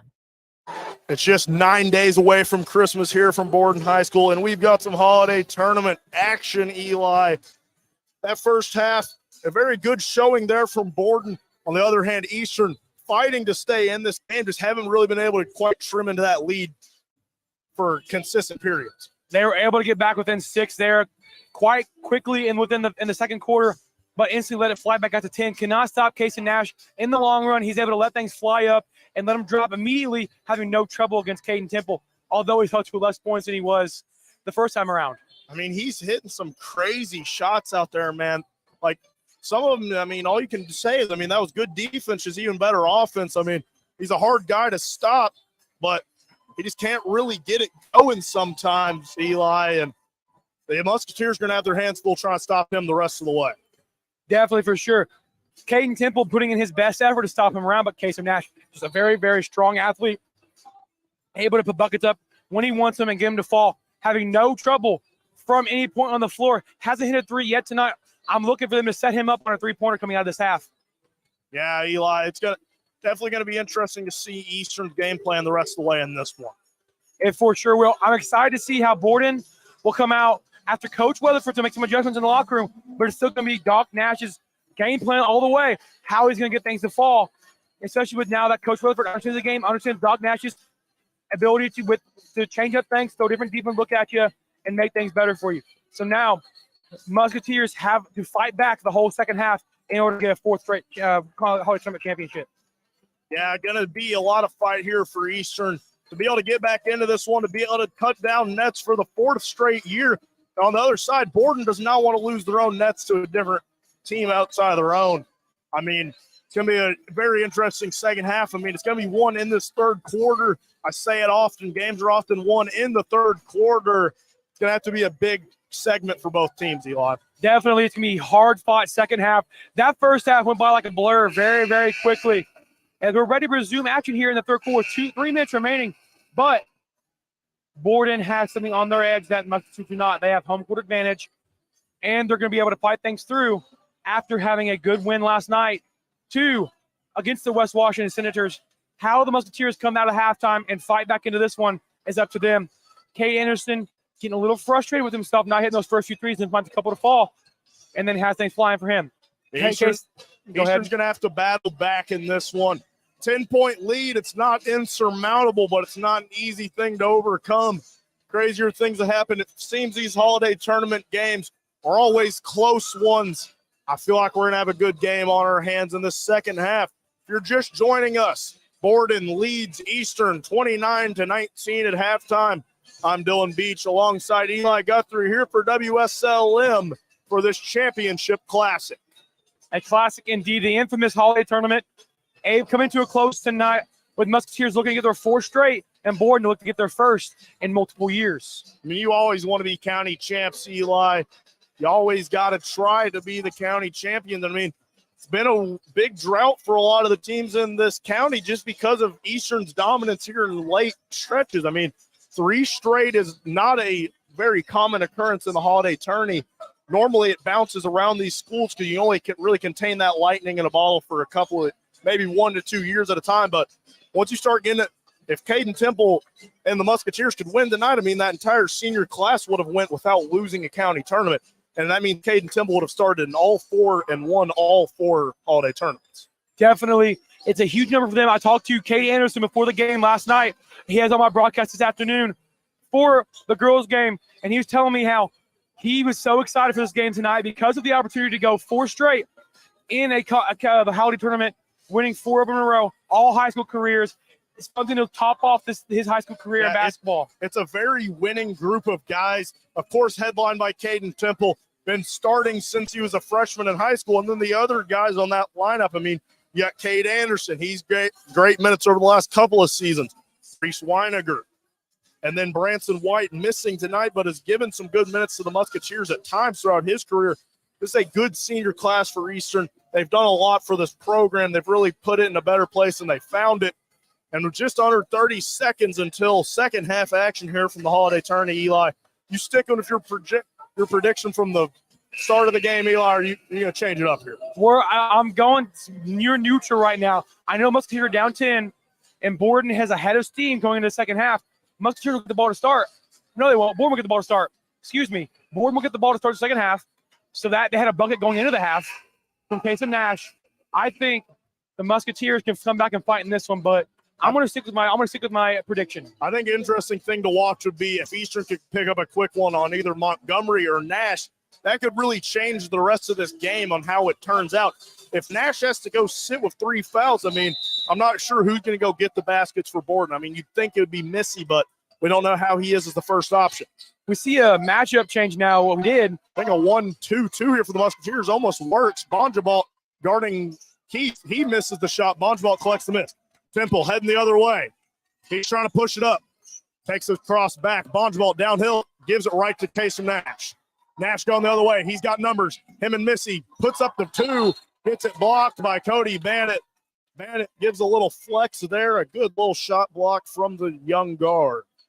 If you remember, we saw yesterday with Casey Nash in that drive down the lane, a series of unfortunate events for him. The ball went out of bounds. It was in the air, so we hit him on the shoulders and went out. Yeah, a lot of fight there between Compton and Brody Temple there. They're going to get it on Colson Compton. Compton thought he was on Temple originally. He started clapping a lot, but that's going to be Compton's third. He's going to head to the bench just 30 seconds into this third quarter, Eli. Great stop there from the Musketeers, able to get him on the bench to start the third quarter. 3 fouls with him. That opens up a lot of potential for both Brody Temple and Aiden Miller to really work down on the block. Aiden Miller been quiet in this one. Same with Brody Temple. Eastern's got to get some production out of their big men. I mean, it's been a big reason why Eastern's won 3 straight is that production out of the 5 spot between Jacob Cherry, Eli Guthrie, Brody Temple, and Aiden Miller over these last few years. They've had good big man production. Temple over to Bonjabalt. Anderson wide open. He wants the shot. Gets it off. Gets it to fall. Cade Anderson is unconscious here tonight. Believe he's 3 for 3 from the three.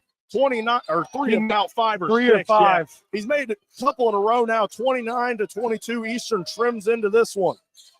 Kasem Nash wants the shot. Pump fakes out of it. Tries to get it to Missy. Gets stepped by Temple. Into Schmidt. He puts up a layup. Misses it.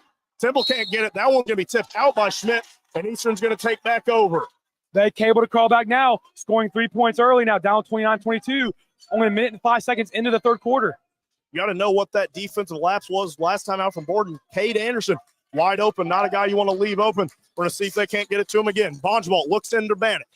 Bannock gets it, trying to get out now to Anderson. Anderson wanted another three, gets it over to Temple. He'll take the three, shoots it, misses. Bonjabal gets the miss.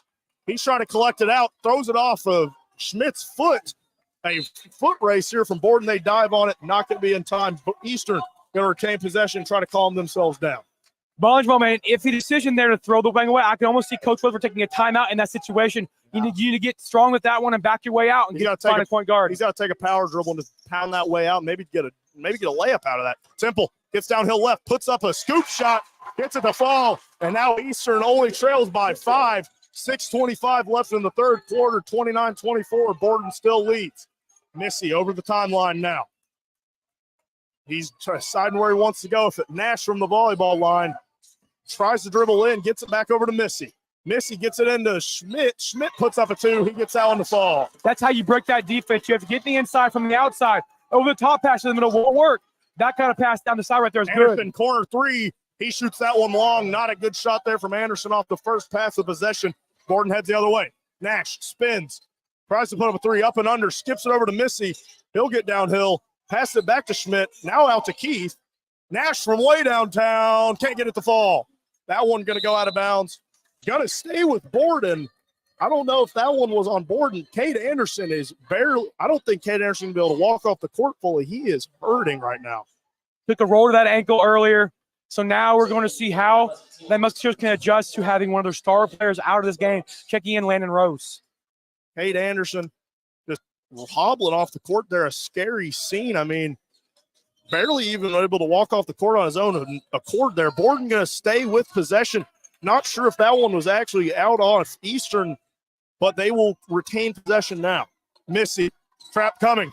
Throws it into Schmidt. Brody Temple going to get a foul there called on. Almost getting the steal just a second behind there. A steal. It was up in the air play there from both sides. A good attempt to steal the ball, jump in the passing lane, but not quite get around the player without giving contact, pulling him away. So that's a good call by the referee. We'll provide updates for Cade Anderson as we get them. We'll see if he gets to return to action tonight. Borden to inbound. Missy finds Nash in the corner. He shot fake, sends Bannock flying. He's now guarded by Landon Rose. That's not a good matchup for the Musketeers.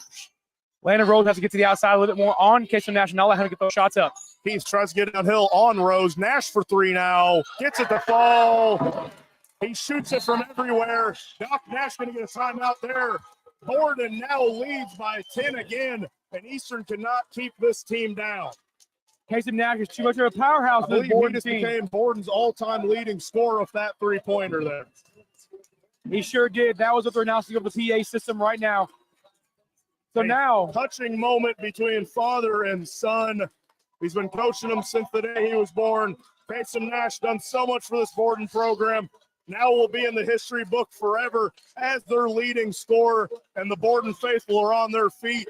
We're going to have to see a very different Eastern team if they're going to be able to fight back from this. Especially now without Cade Anderson indefinitely until we can figure out what is up with him and his ankle. Injury report there. Bad loss there for Eastern. Kasem Nash scored his 1,312th point there. A heck of a career capped off. Maybe with the county tournament today, he's won a couple of sectionals. He's still missing that illustrious county tourney. Not sure if he's going to be able to get one of those tonight, but it's looking so right now. Borden leads the Musketeers 34-24, 5:15 remaining for Eastern to carve out a little bit more of this lead. Brody Temple to inbound to his brother Caden. Temple going to bring the ball up court for the Musketeers. A 1-3-1 now from the Braves. Temple over to Bonjabal. Left it way short. Schmidt going to have a layup. Misses it. Eastern might have numbers here. Bonjabal going to get fouled quickly by Keith. And Eastern avoids a very, very big blunder there and giving up a basket. Ken Temple just left that pass a little bit short over to Bonjabal. He hesitated on the pass. It looked like he goes to throw the ball and then kind of changes his mind, trying to pull back in, but let go of it. He was right there. Schmidt was right there with the ball. He doesn't want to get trapped here. He brings it up a little bit more. Trap coming now. Gets it over to Rose. Rose now avoiding the trap. Gets it back to Temple.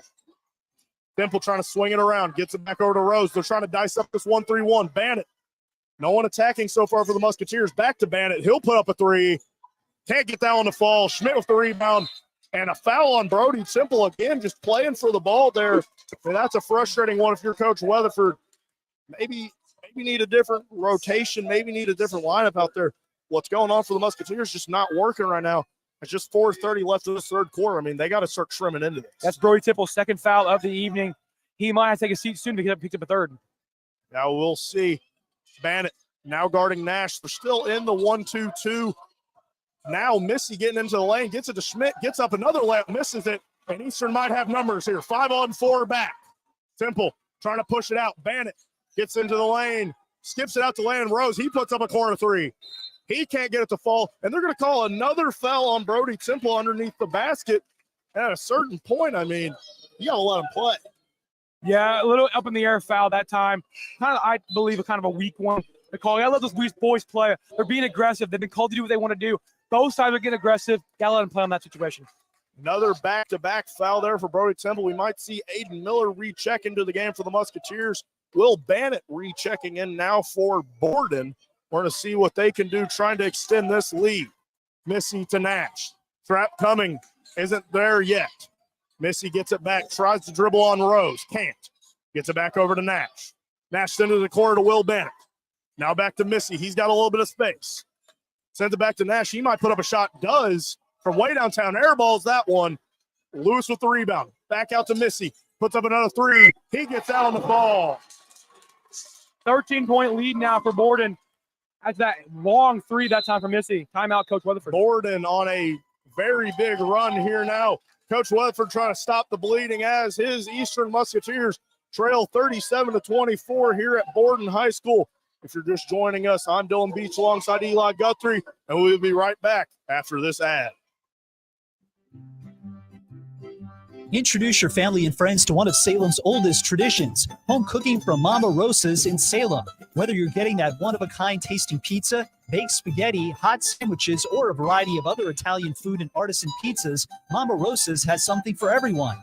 Open Tuesday through Thursday, 4 to 9 for dining and carry-out, Fridays and Saturdays from 11 a.m. to 10 p.m., and Sundays from 11 to 9. Mama Rosa's brings their famous pizza buffet to you on Fridays from 11 a.m. to 2 p.m. for just $10.99. Choose from a wide variety of pizzas, homemade soups, and a large salad bar with their homemade potato salad, slaw, and desserts. Then come back for Friday night's home-style buffet from 4:30 to 8 or 11 a.m. to 2 p.m. on Sundays for $12.99, where you'll find a variety of good home-cooked foods. Stop in and see Joanne and her family at Mama Rosa's and make some new memories. We welcome you back here to Borden High School as Eastern trails 37-24 behind the Borden Braves. Eastern now to inbound. Hayden Temple brings it up over the timeline. We're going to see if he can avoid the trap here. Eastern got to get a basket here into Aiden Miller. Now back out to Temple. Over to Bannett for three. Puts him up. No good. Miller can't get to the rebound in time. Borden's going to go the other way. They're not shooting with a purpose. Musketeers are not shooting with a purpose. They're allowing too many outside shots to go, not to fall. I guess I'm going differently Nash here. gets it over to Bannett. Bannett for three. He gets it to fall. And Borden cannot miss from downtown right now. They lead by 16.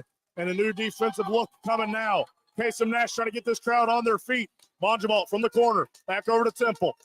Back to Bonjabal once again. They just keep passing it around. Temple trying to get downhill. Can't. He's going to get trapped now. Skips it over to Bannett. Doesn't look into his big foul. Gets into the lane. Gets a lamp to fall. That's halted the run that time for Borden. About an 8-0 run, 10-0 run for Borden right there. Able to halt that one. Nash goes the other way. Shoves off. Scores. Probably could have got him on the shoves there. Shoves into Bannett a little bit. Erases his last layup. 42-26 now. 2:30 to play. Temple down the baseline. Bannett gets in. Pass out to Bonjabal. Bonjabal puts up a three. Gets it to fall. Caleb Bonjabal trims it back down to 13, and Eastern has got to get going on a run to get some momentum going into the fourth quarter. And good news for Eastern, Cade Anderson checking back into this ball game. Kasem Nash goes downhill on Rose, back up to Missy up top. Nash, pump fakes, tries to get downhill, passes out of it. Missy gets it right back to Nash instantly, gets it inside to Keith. Now Will Bannett from the corner for three. He gets another one. Will Bannett gets it right back to 16 for Borden. And this crowd is rolling right now as they are heavy favorites right now to win themselves their first county tournament in a few years. Bannett now looking inside for Miller. He's fighting. He doesn't get the feed. Temple downhill. Back to Bonjwalt for another three. Leaves that one long. Keith collects the miss. Nash now pushing up the court. Will he slow it down? Gets it back to Bannett in the corner. Right back to Keith. Nash wants a shot. Shot fakes out. Right back to Will Bannett. The hot hand. And he can't get that one to fall. Miller collects the miss. And Eastern going to push it right back the other way. Bannett now over the timeline. Bannett to Temple. Temple's got a little bit of room to drive. Now Bannett in the corner. He'll get downhill. Dumps it off to Miller for two, and he gets it to fall. Eastern now trails 45-31. Just under a minute to play here. We might see Borden to start take longer possessions here, Eli. I can imagine, but that could also come back to hurt them. They take too long possessions. They have a hot hand when playing short possessions. They get shots up, and they fall very quickly. They start slowing things down. It might start getting lazy and missing some long shots. Eastern really tightening up the zone right now. Borden has some guys on the corners. Whatever this look is right now, it's really not guarding the corners very well as Bannett's put up 3 straight threes. Will Bannett's knocked down 2 out of the 3 of them. He gets it in the corner now. 30 seconds to play in this third quarter. Missy holding it up top. Gets it over to Nash. Nash now closely guarded. He takes a dribble to reset the count. Missy slows it down. 15 seconds to play now. Weatherford wants a pressure up on Nash. He wants Rose to face guard Nash. He's not heading there. Nash gets a clean catch back to Missy. 5 seconds left. Nash going to have to put it up himself. Steps back, fades away from the corner. Can't get that one to fall. Miller collects the miss. Eastern heads into the fourth quarter. A 14-point deficit that they will have to overcome to win their 4th straight holiday tournament. Right now, Borden in the driver's seat. We will send you off to a commercial, and then we'll be right back for this fourth quarter action. 5 times national champions, 22 conference championships, 3 on the way. Yes! 17 Big Ten players of the year, Throws up a shot. High! 7 basketball Hall of Famers, and countless memories on the court. Trace puts it up. Oh! What a spin move! This is Indiana Hoosiers basketball.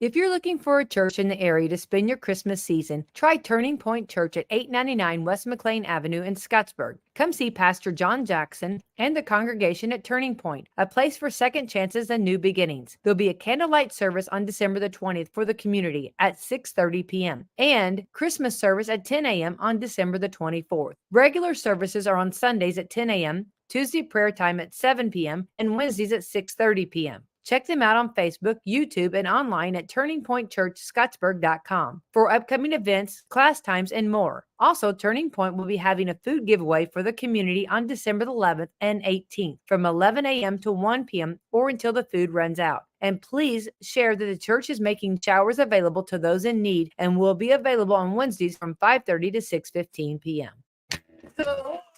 When I first joined the board at Papa John's, I brought some big ideas. We're gonna need more pepperoni. But my biggest idea is shakaroni pizza. Make it bigger, make it bigger. More instead of extra large with extra cheese and cup. We're back here at Borden High School. Fourth quarter action. Aiden Miller in the post. Swings it out to Cade Anderson. Anderson now looking for Temple on the wing. Temple drives downhill. Gets a layup. Can't get it to fall. Miller collects the miss. Gets fouled by Nash. That's Nash's 4th, right? Third. That's going to be Nash's 3rd. And Aiden Miller going to be going to the line. Not a consistent free throw shooter. Really going to need these 2 to drop if you're an Eastern fan. For sure, Aiden Miller, pretty consistent from the free throw line. Not everything falls for him, though. We're going to see how the pressure gets to him right here and knocking down these free throws. Aiden Miller, first of his 2. is up. He can't get it to fall, sends that one long. You can see that one was long. That was going to be missed as soon as he shot it. It was a very, very long shot from Aiden Miller. Yeah, he skied that one right away. We're going to see if he can't bounce back here. Second one is up, and that one is good. Eastern trims it to a 13-point deficit, 45-32, 7 1/4 left in this. Bonjabalt now guarding Missy. Gets it over to Schmidt. Schmidt left wide open on the three-point line, not going to be followed by Miller. Nash now gets it over to Will Bent, the hot hand for Borden. Nash gets it right back. They're taking long possessions here. Don't think we're going to see a lot more Borden shots this fourth quarter. Missy tries to get downhill. Looks for Schmidt. Can't get him there. He's kind of all alone here. Doc Nash going to have to take a timeout to avoid the closely guarded 5 seconds. And that's a good defensive possession to start off here for Eastern in this fourth quarter. Elon. Definitely is. Musketeers able to hound that ball every possession it gets to. I think Coach Weber's telling them to turn up the urgency. It doesn't matter if you can pick up any fouls because they still have 5 fouls to give. It doesn't matter to pick up any fouls. It'd be a good one for Musketeers if they can get aggressive on the second possessions. Yeah, Eastern got to get a couple of turnovers here. Not really been able to get it going so far. Got to be able to get some stops and scores. I mean, Eastern's been preaching it for a few years. That's all you really need in a basketball game, a stop and a score on the other end to get a little bit of momentum going. Definitely, you need that for sure. A lot of momentum for the Musketeers now. Down by 13 against a tough Borden team. Have 7 minutes and 16 seconds to come back.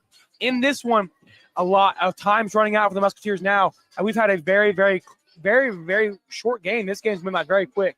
Yeah, it's been a very quick one here tonight. Just over an hour of action so far. Not really a lot of fouls. I mean, a little bit of them in that second quarter towards the end.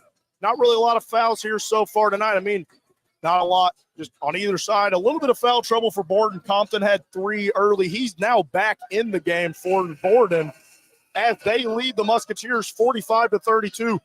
Eastern, the team with the target on their back all weekend long. Every other team wanted to make sure they don't end it with 4 straight holiday tournaments. And Eastern so far really hasn't been able to answer that call of defending champion as Borden has really started to run away with this one. Missy to inbound now. He gets it over to the corner to Nash, almost throws it out of bounds. Bandit's got to recover quickly here. Keith gets downhill, puts up a floater, throws it off the glass too hard, gets his own miss, throws it up again, gets it to go. Defensive rebounding is huge for the Musketeers now. They're having a hard time, down by 15 again. Xander Keith missed his first one really long, threw it right back to himself, put up the second one, wouldn't miss twice. Temple looking in for Bonjabalt. Bonjabalt going to work, gets a shot fake up, gets it to go.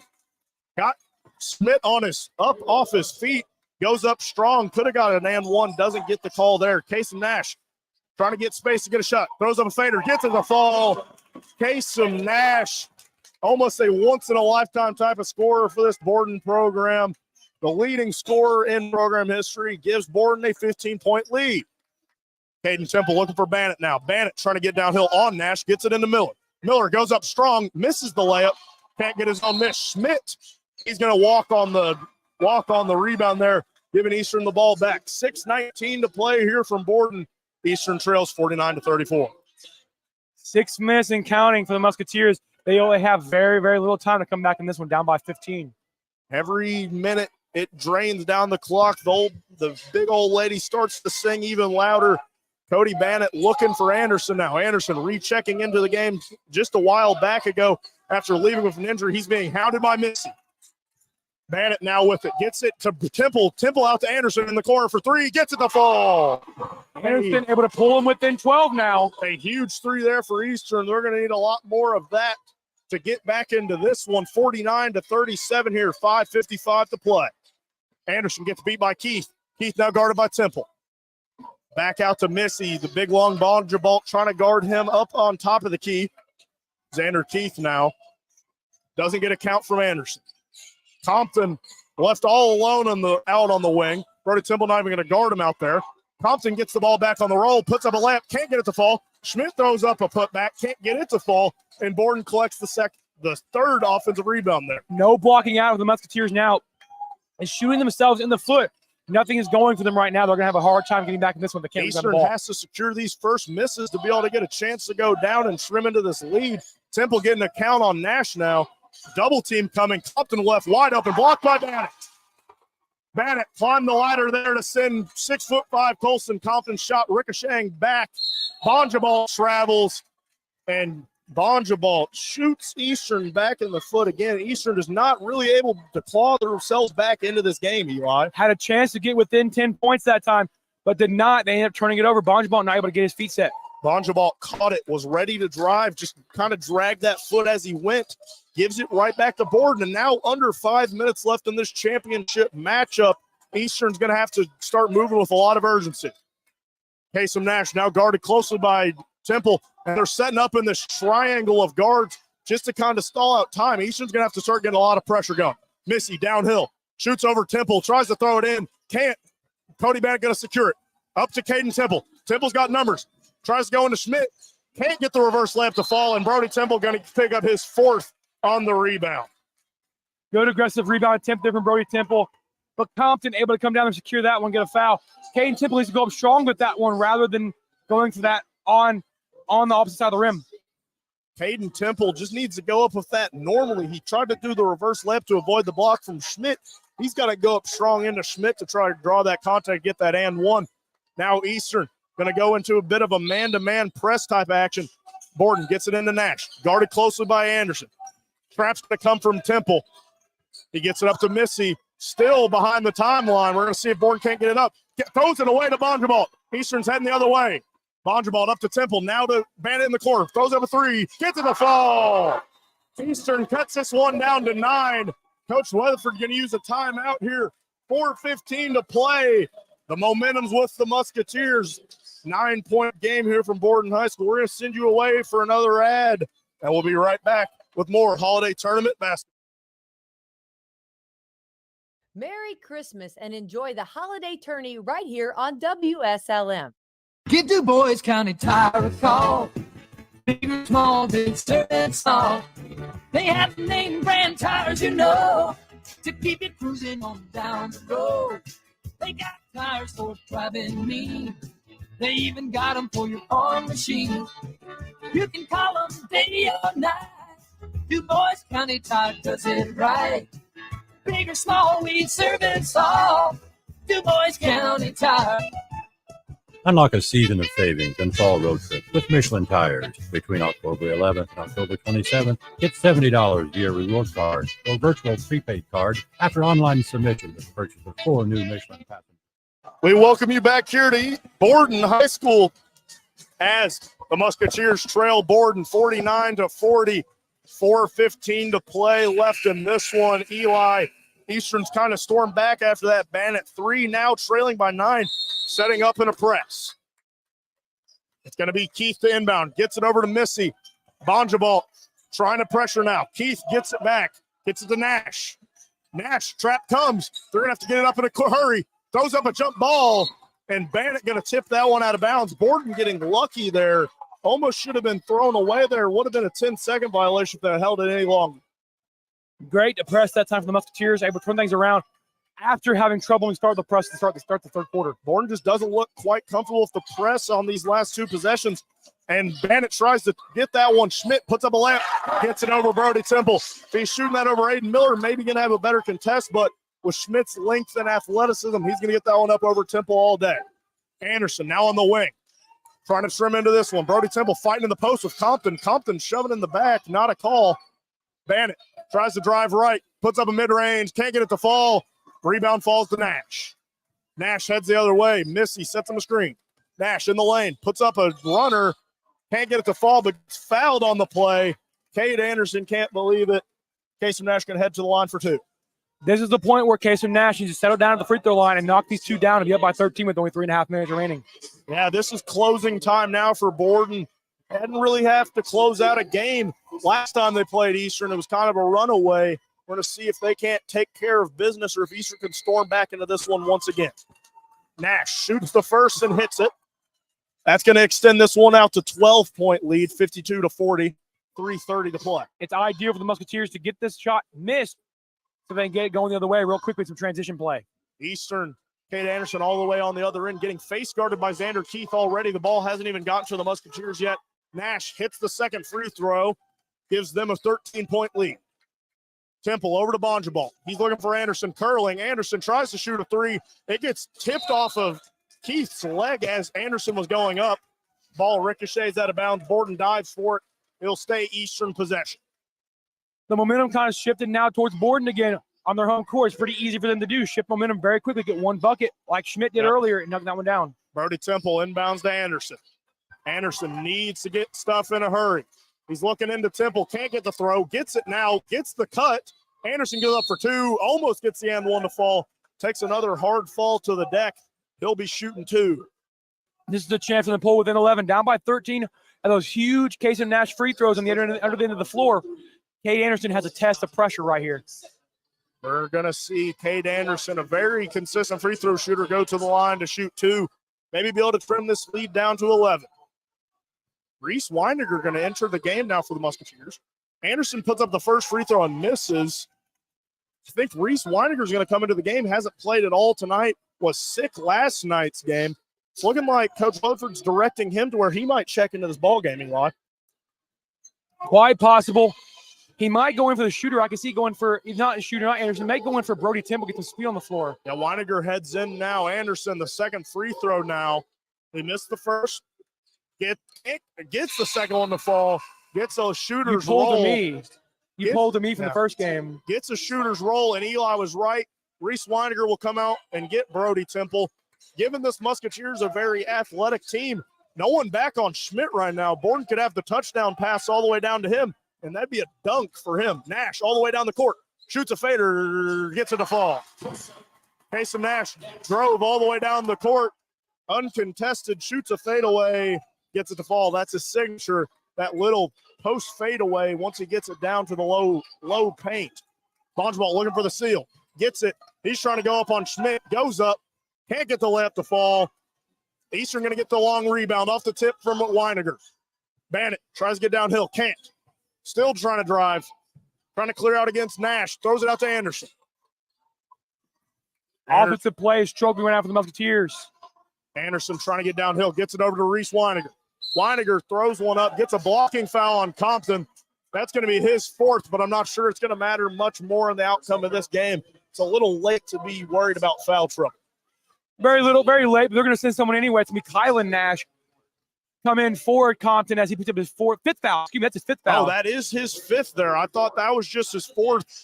Kylan Nash going to replace the fouled out Colson Compton. Compton has been very impressive for Borden over this weekend. Has done well for them to be able to just be that man in the middle for him. Has played a great tournament.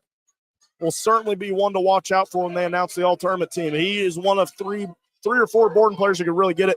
Reese Weininger, first free throw is up and no good. And now the free throws aren't falling for Eastern.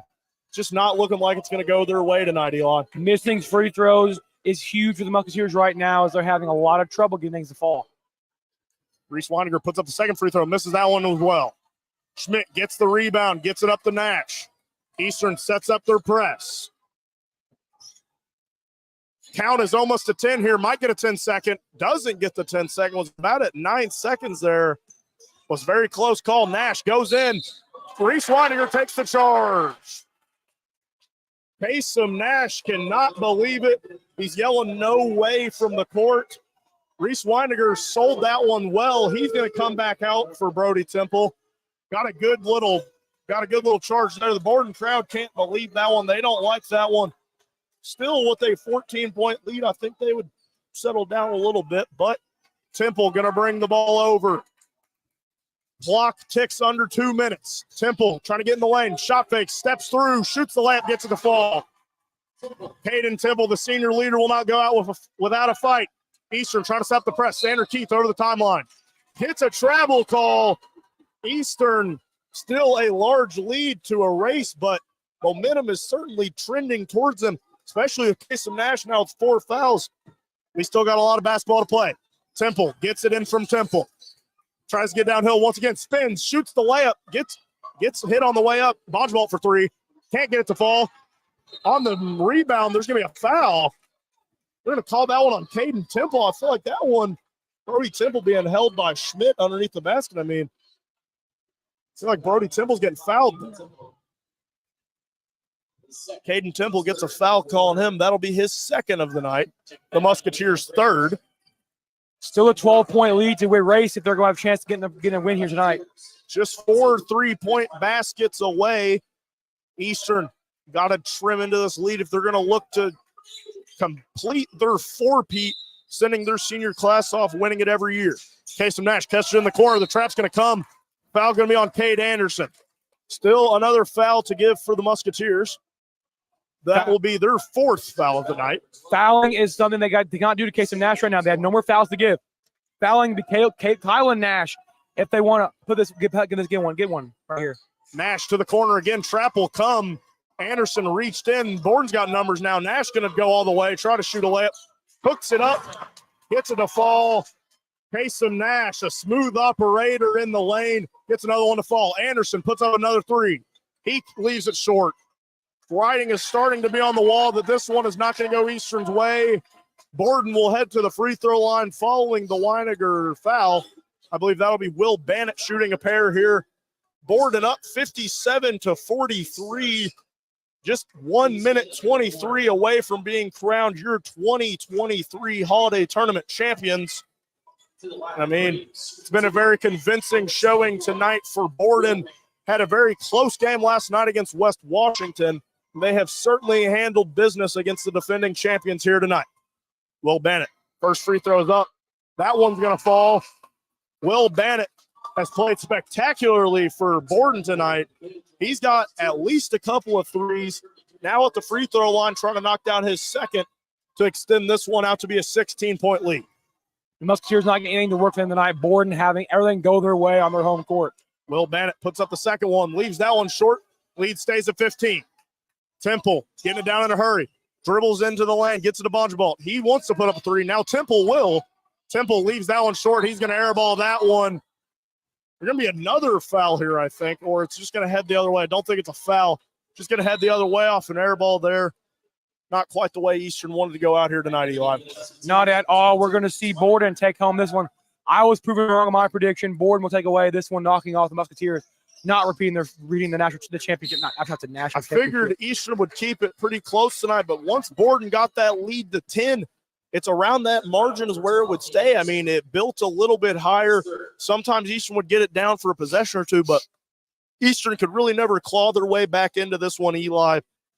We're going to see a new Holiday Tournament champion crowned here. Just 70 seconds away from that now.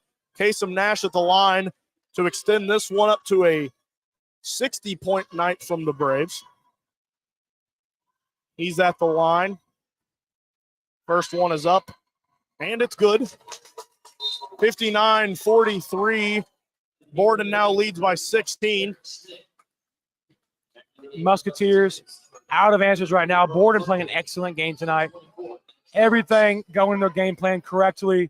They got everything working for them. They're going to walk away champion of the tournament. Borden, after a few years of just losing to their county rival, I believe it was 5 straight losses to Eastern. This year coming in, winning both matchups.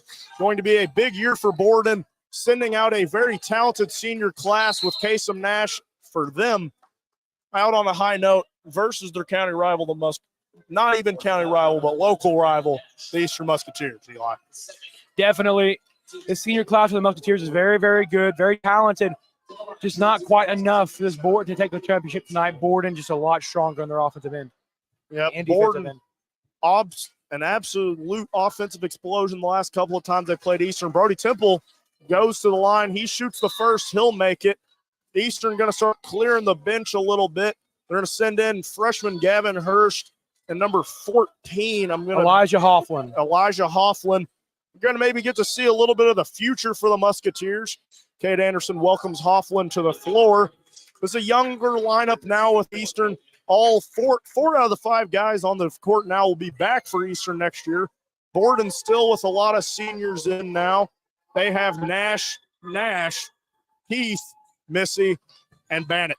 Brody Temple will miss the free throw. Missy will save it back into play. Nash going to try to go down and score again. He misses the layup.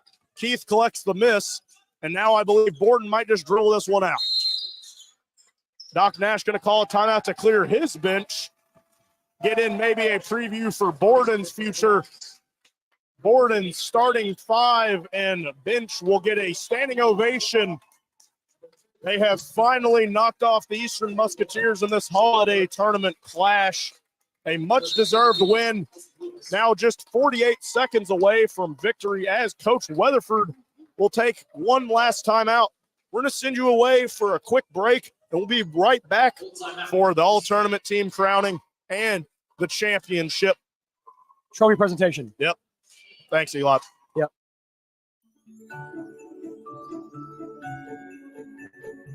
Ho, ho, ho. This is Jalen Hoare. Santa Claus is coming to town this year, and we believe he has already made his stop here at John Jones, bringing fantastic deals on all of our year-end inventory. Santa has been looking to upgrade his slate, and he has found just the spot to do business. If you're tired of being pulled around by Rudolph and the crew, come check out some of our new rides with plenty of reindeer power. We have a list of cars between all of our 5 locations that we can pull from, and you can see them all in one easy spot, johnjonesautogroup.com. See something shiny and new that you're wanting on Santa's shortlist? Give us a call at 877-473-5546 to set up your appointment today.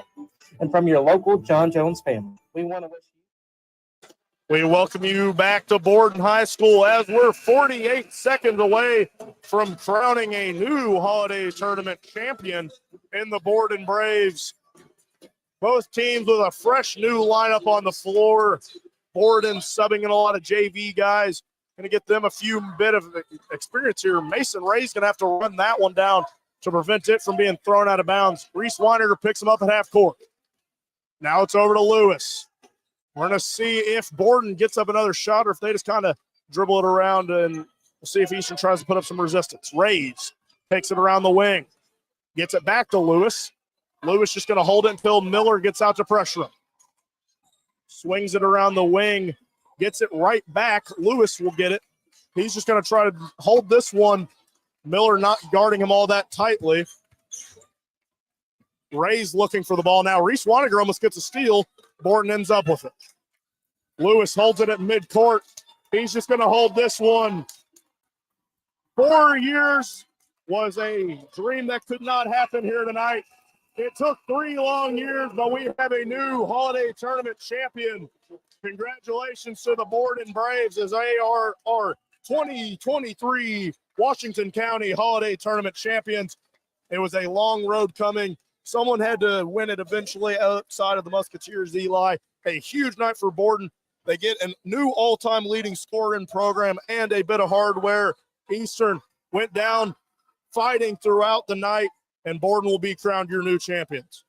They sure will. Borden played an excellent game tonight. Nothing going wrong for them as they get a chance to now raise a trophy and win a championship for the first time in about, I think, 6 years they've won the county tournament.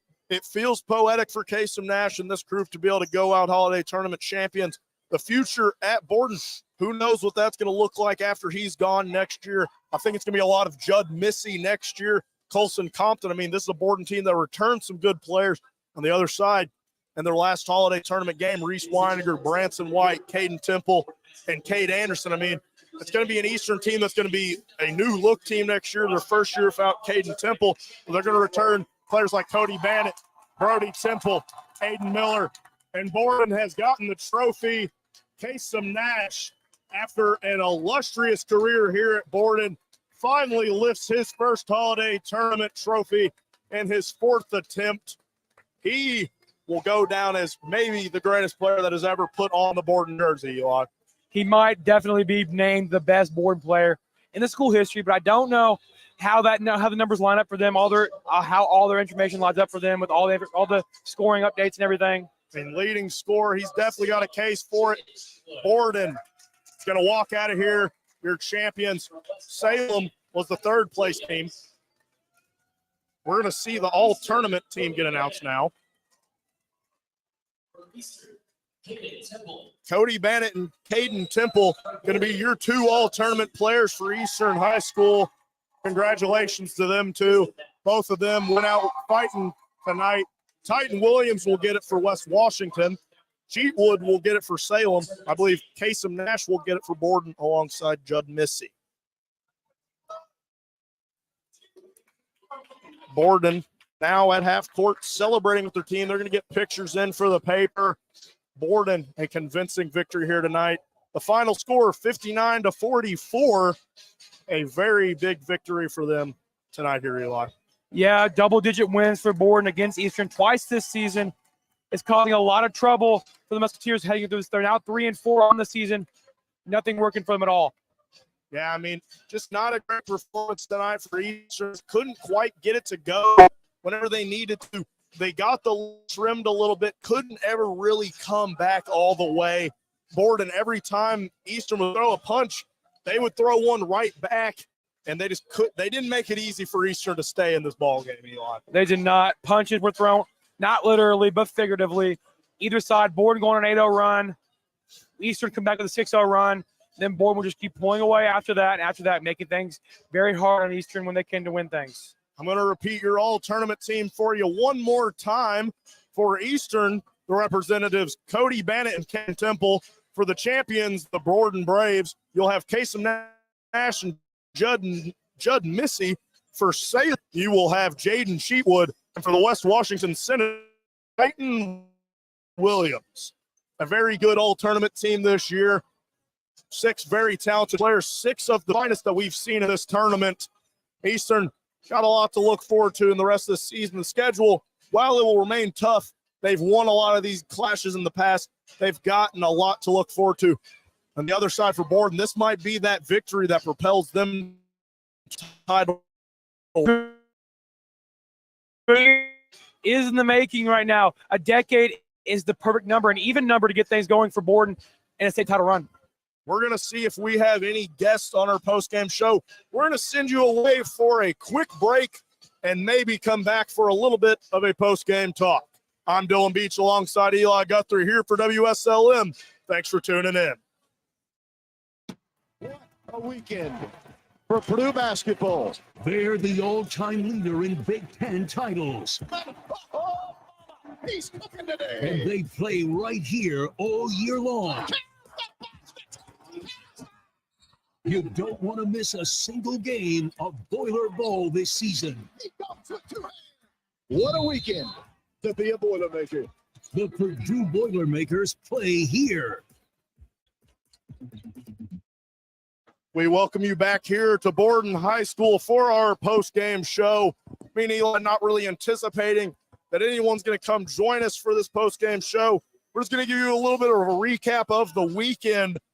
Game 1 and 2 of the slate last night, Eastern taking down the Salem Lions in a very convincing fashion. That one was a big win to start off for the Musketeers. And then the late slate last night, West Washington falling late to Borden. They kept that one much closer than many had thought. And then tonight, the third place game, West Washington wins a thriller over Salem. That Salem really just couldn't get their footing all the way in. West Washington getting that third place spot in this tournament. And then tonight, of course, the game you were just watching, Eastern falls in a heartbreaker to Borden as Borden knocks off the Musketeers for the first time in 3 years, denying the 4-peat from the Musketeers. Great game from all 4 teams. Great tournament for all 4 teams this year. It's nice to see a new champion be crowned because it's kind of getting old for everybody. For Eastern to win it every year, it seems like they've had the most dominant team the past few years. Great tournament. I mean, a great team won it tonight. A great team all around between that last game. I mean, it was as entertaining as it could be. A lot of three-pointers made, just wasn't as close as many had picked it out to be. John Harrell, he had it as Borden 58-47, about nailed that projection. I mean, 59-44. But, I mean, I think that all about wraps it up for us, Eli. What? Unless if you get Casey on the show? Nah. Let him go enjoy it. Let him go enjoy it. He's already got an interview. We'll let him get out of here. I think that all about wraps it up for us on WSLM here tonight. Thank you for joining us for all 4 of our holiday tournament broadcasts. And we'll be right back as Eastern schedule picks up slate before Christmas. What do you know the next game is, Eli? They play at it's a away game. I think they play at New Washington. Something like that. There'll be basketball on all winter long here on WSLM. Thank you for tuning in over these last 2 days. From Dylan Beach and Eli Guthrie here for WSLM, thank you for listening. Merry Christmas and enjoy the holiday tourney right here on WSLM. Tune in next week for more hoops action on the Eastern Musketeers Basketball Network on WSLM. Tonight's broadcast can be found archived on WSLM's YouTube page. If you want to go back and enjoy the highlights, property of Salem Media and the WSLM Sports Zone.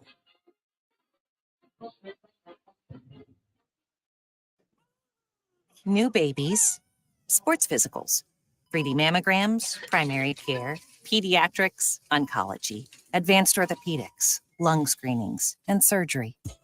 From providing community health services to performing the most innovative procedures, the exceptional doctors, nurses, and staff at Schneck have been caring for friends, families, and neighbors for over 100 years.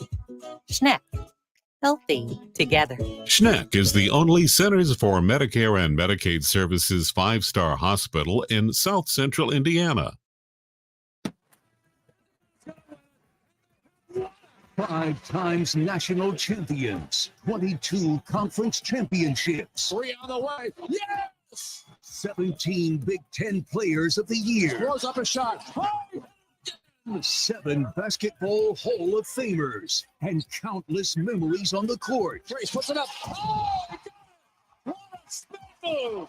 This is Indiana Hoosiers basketball.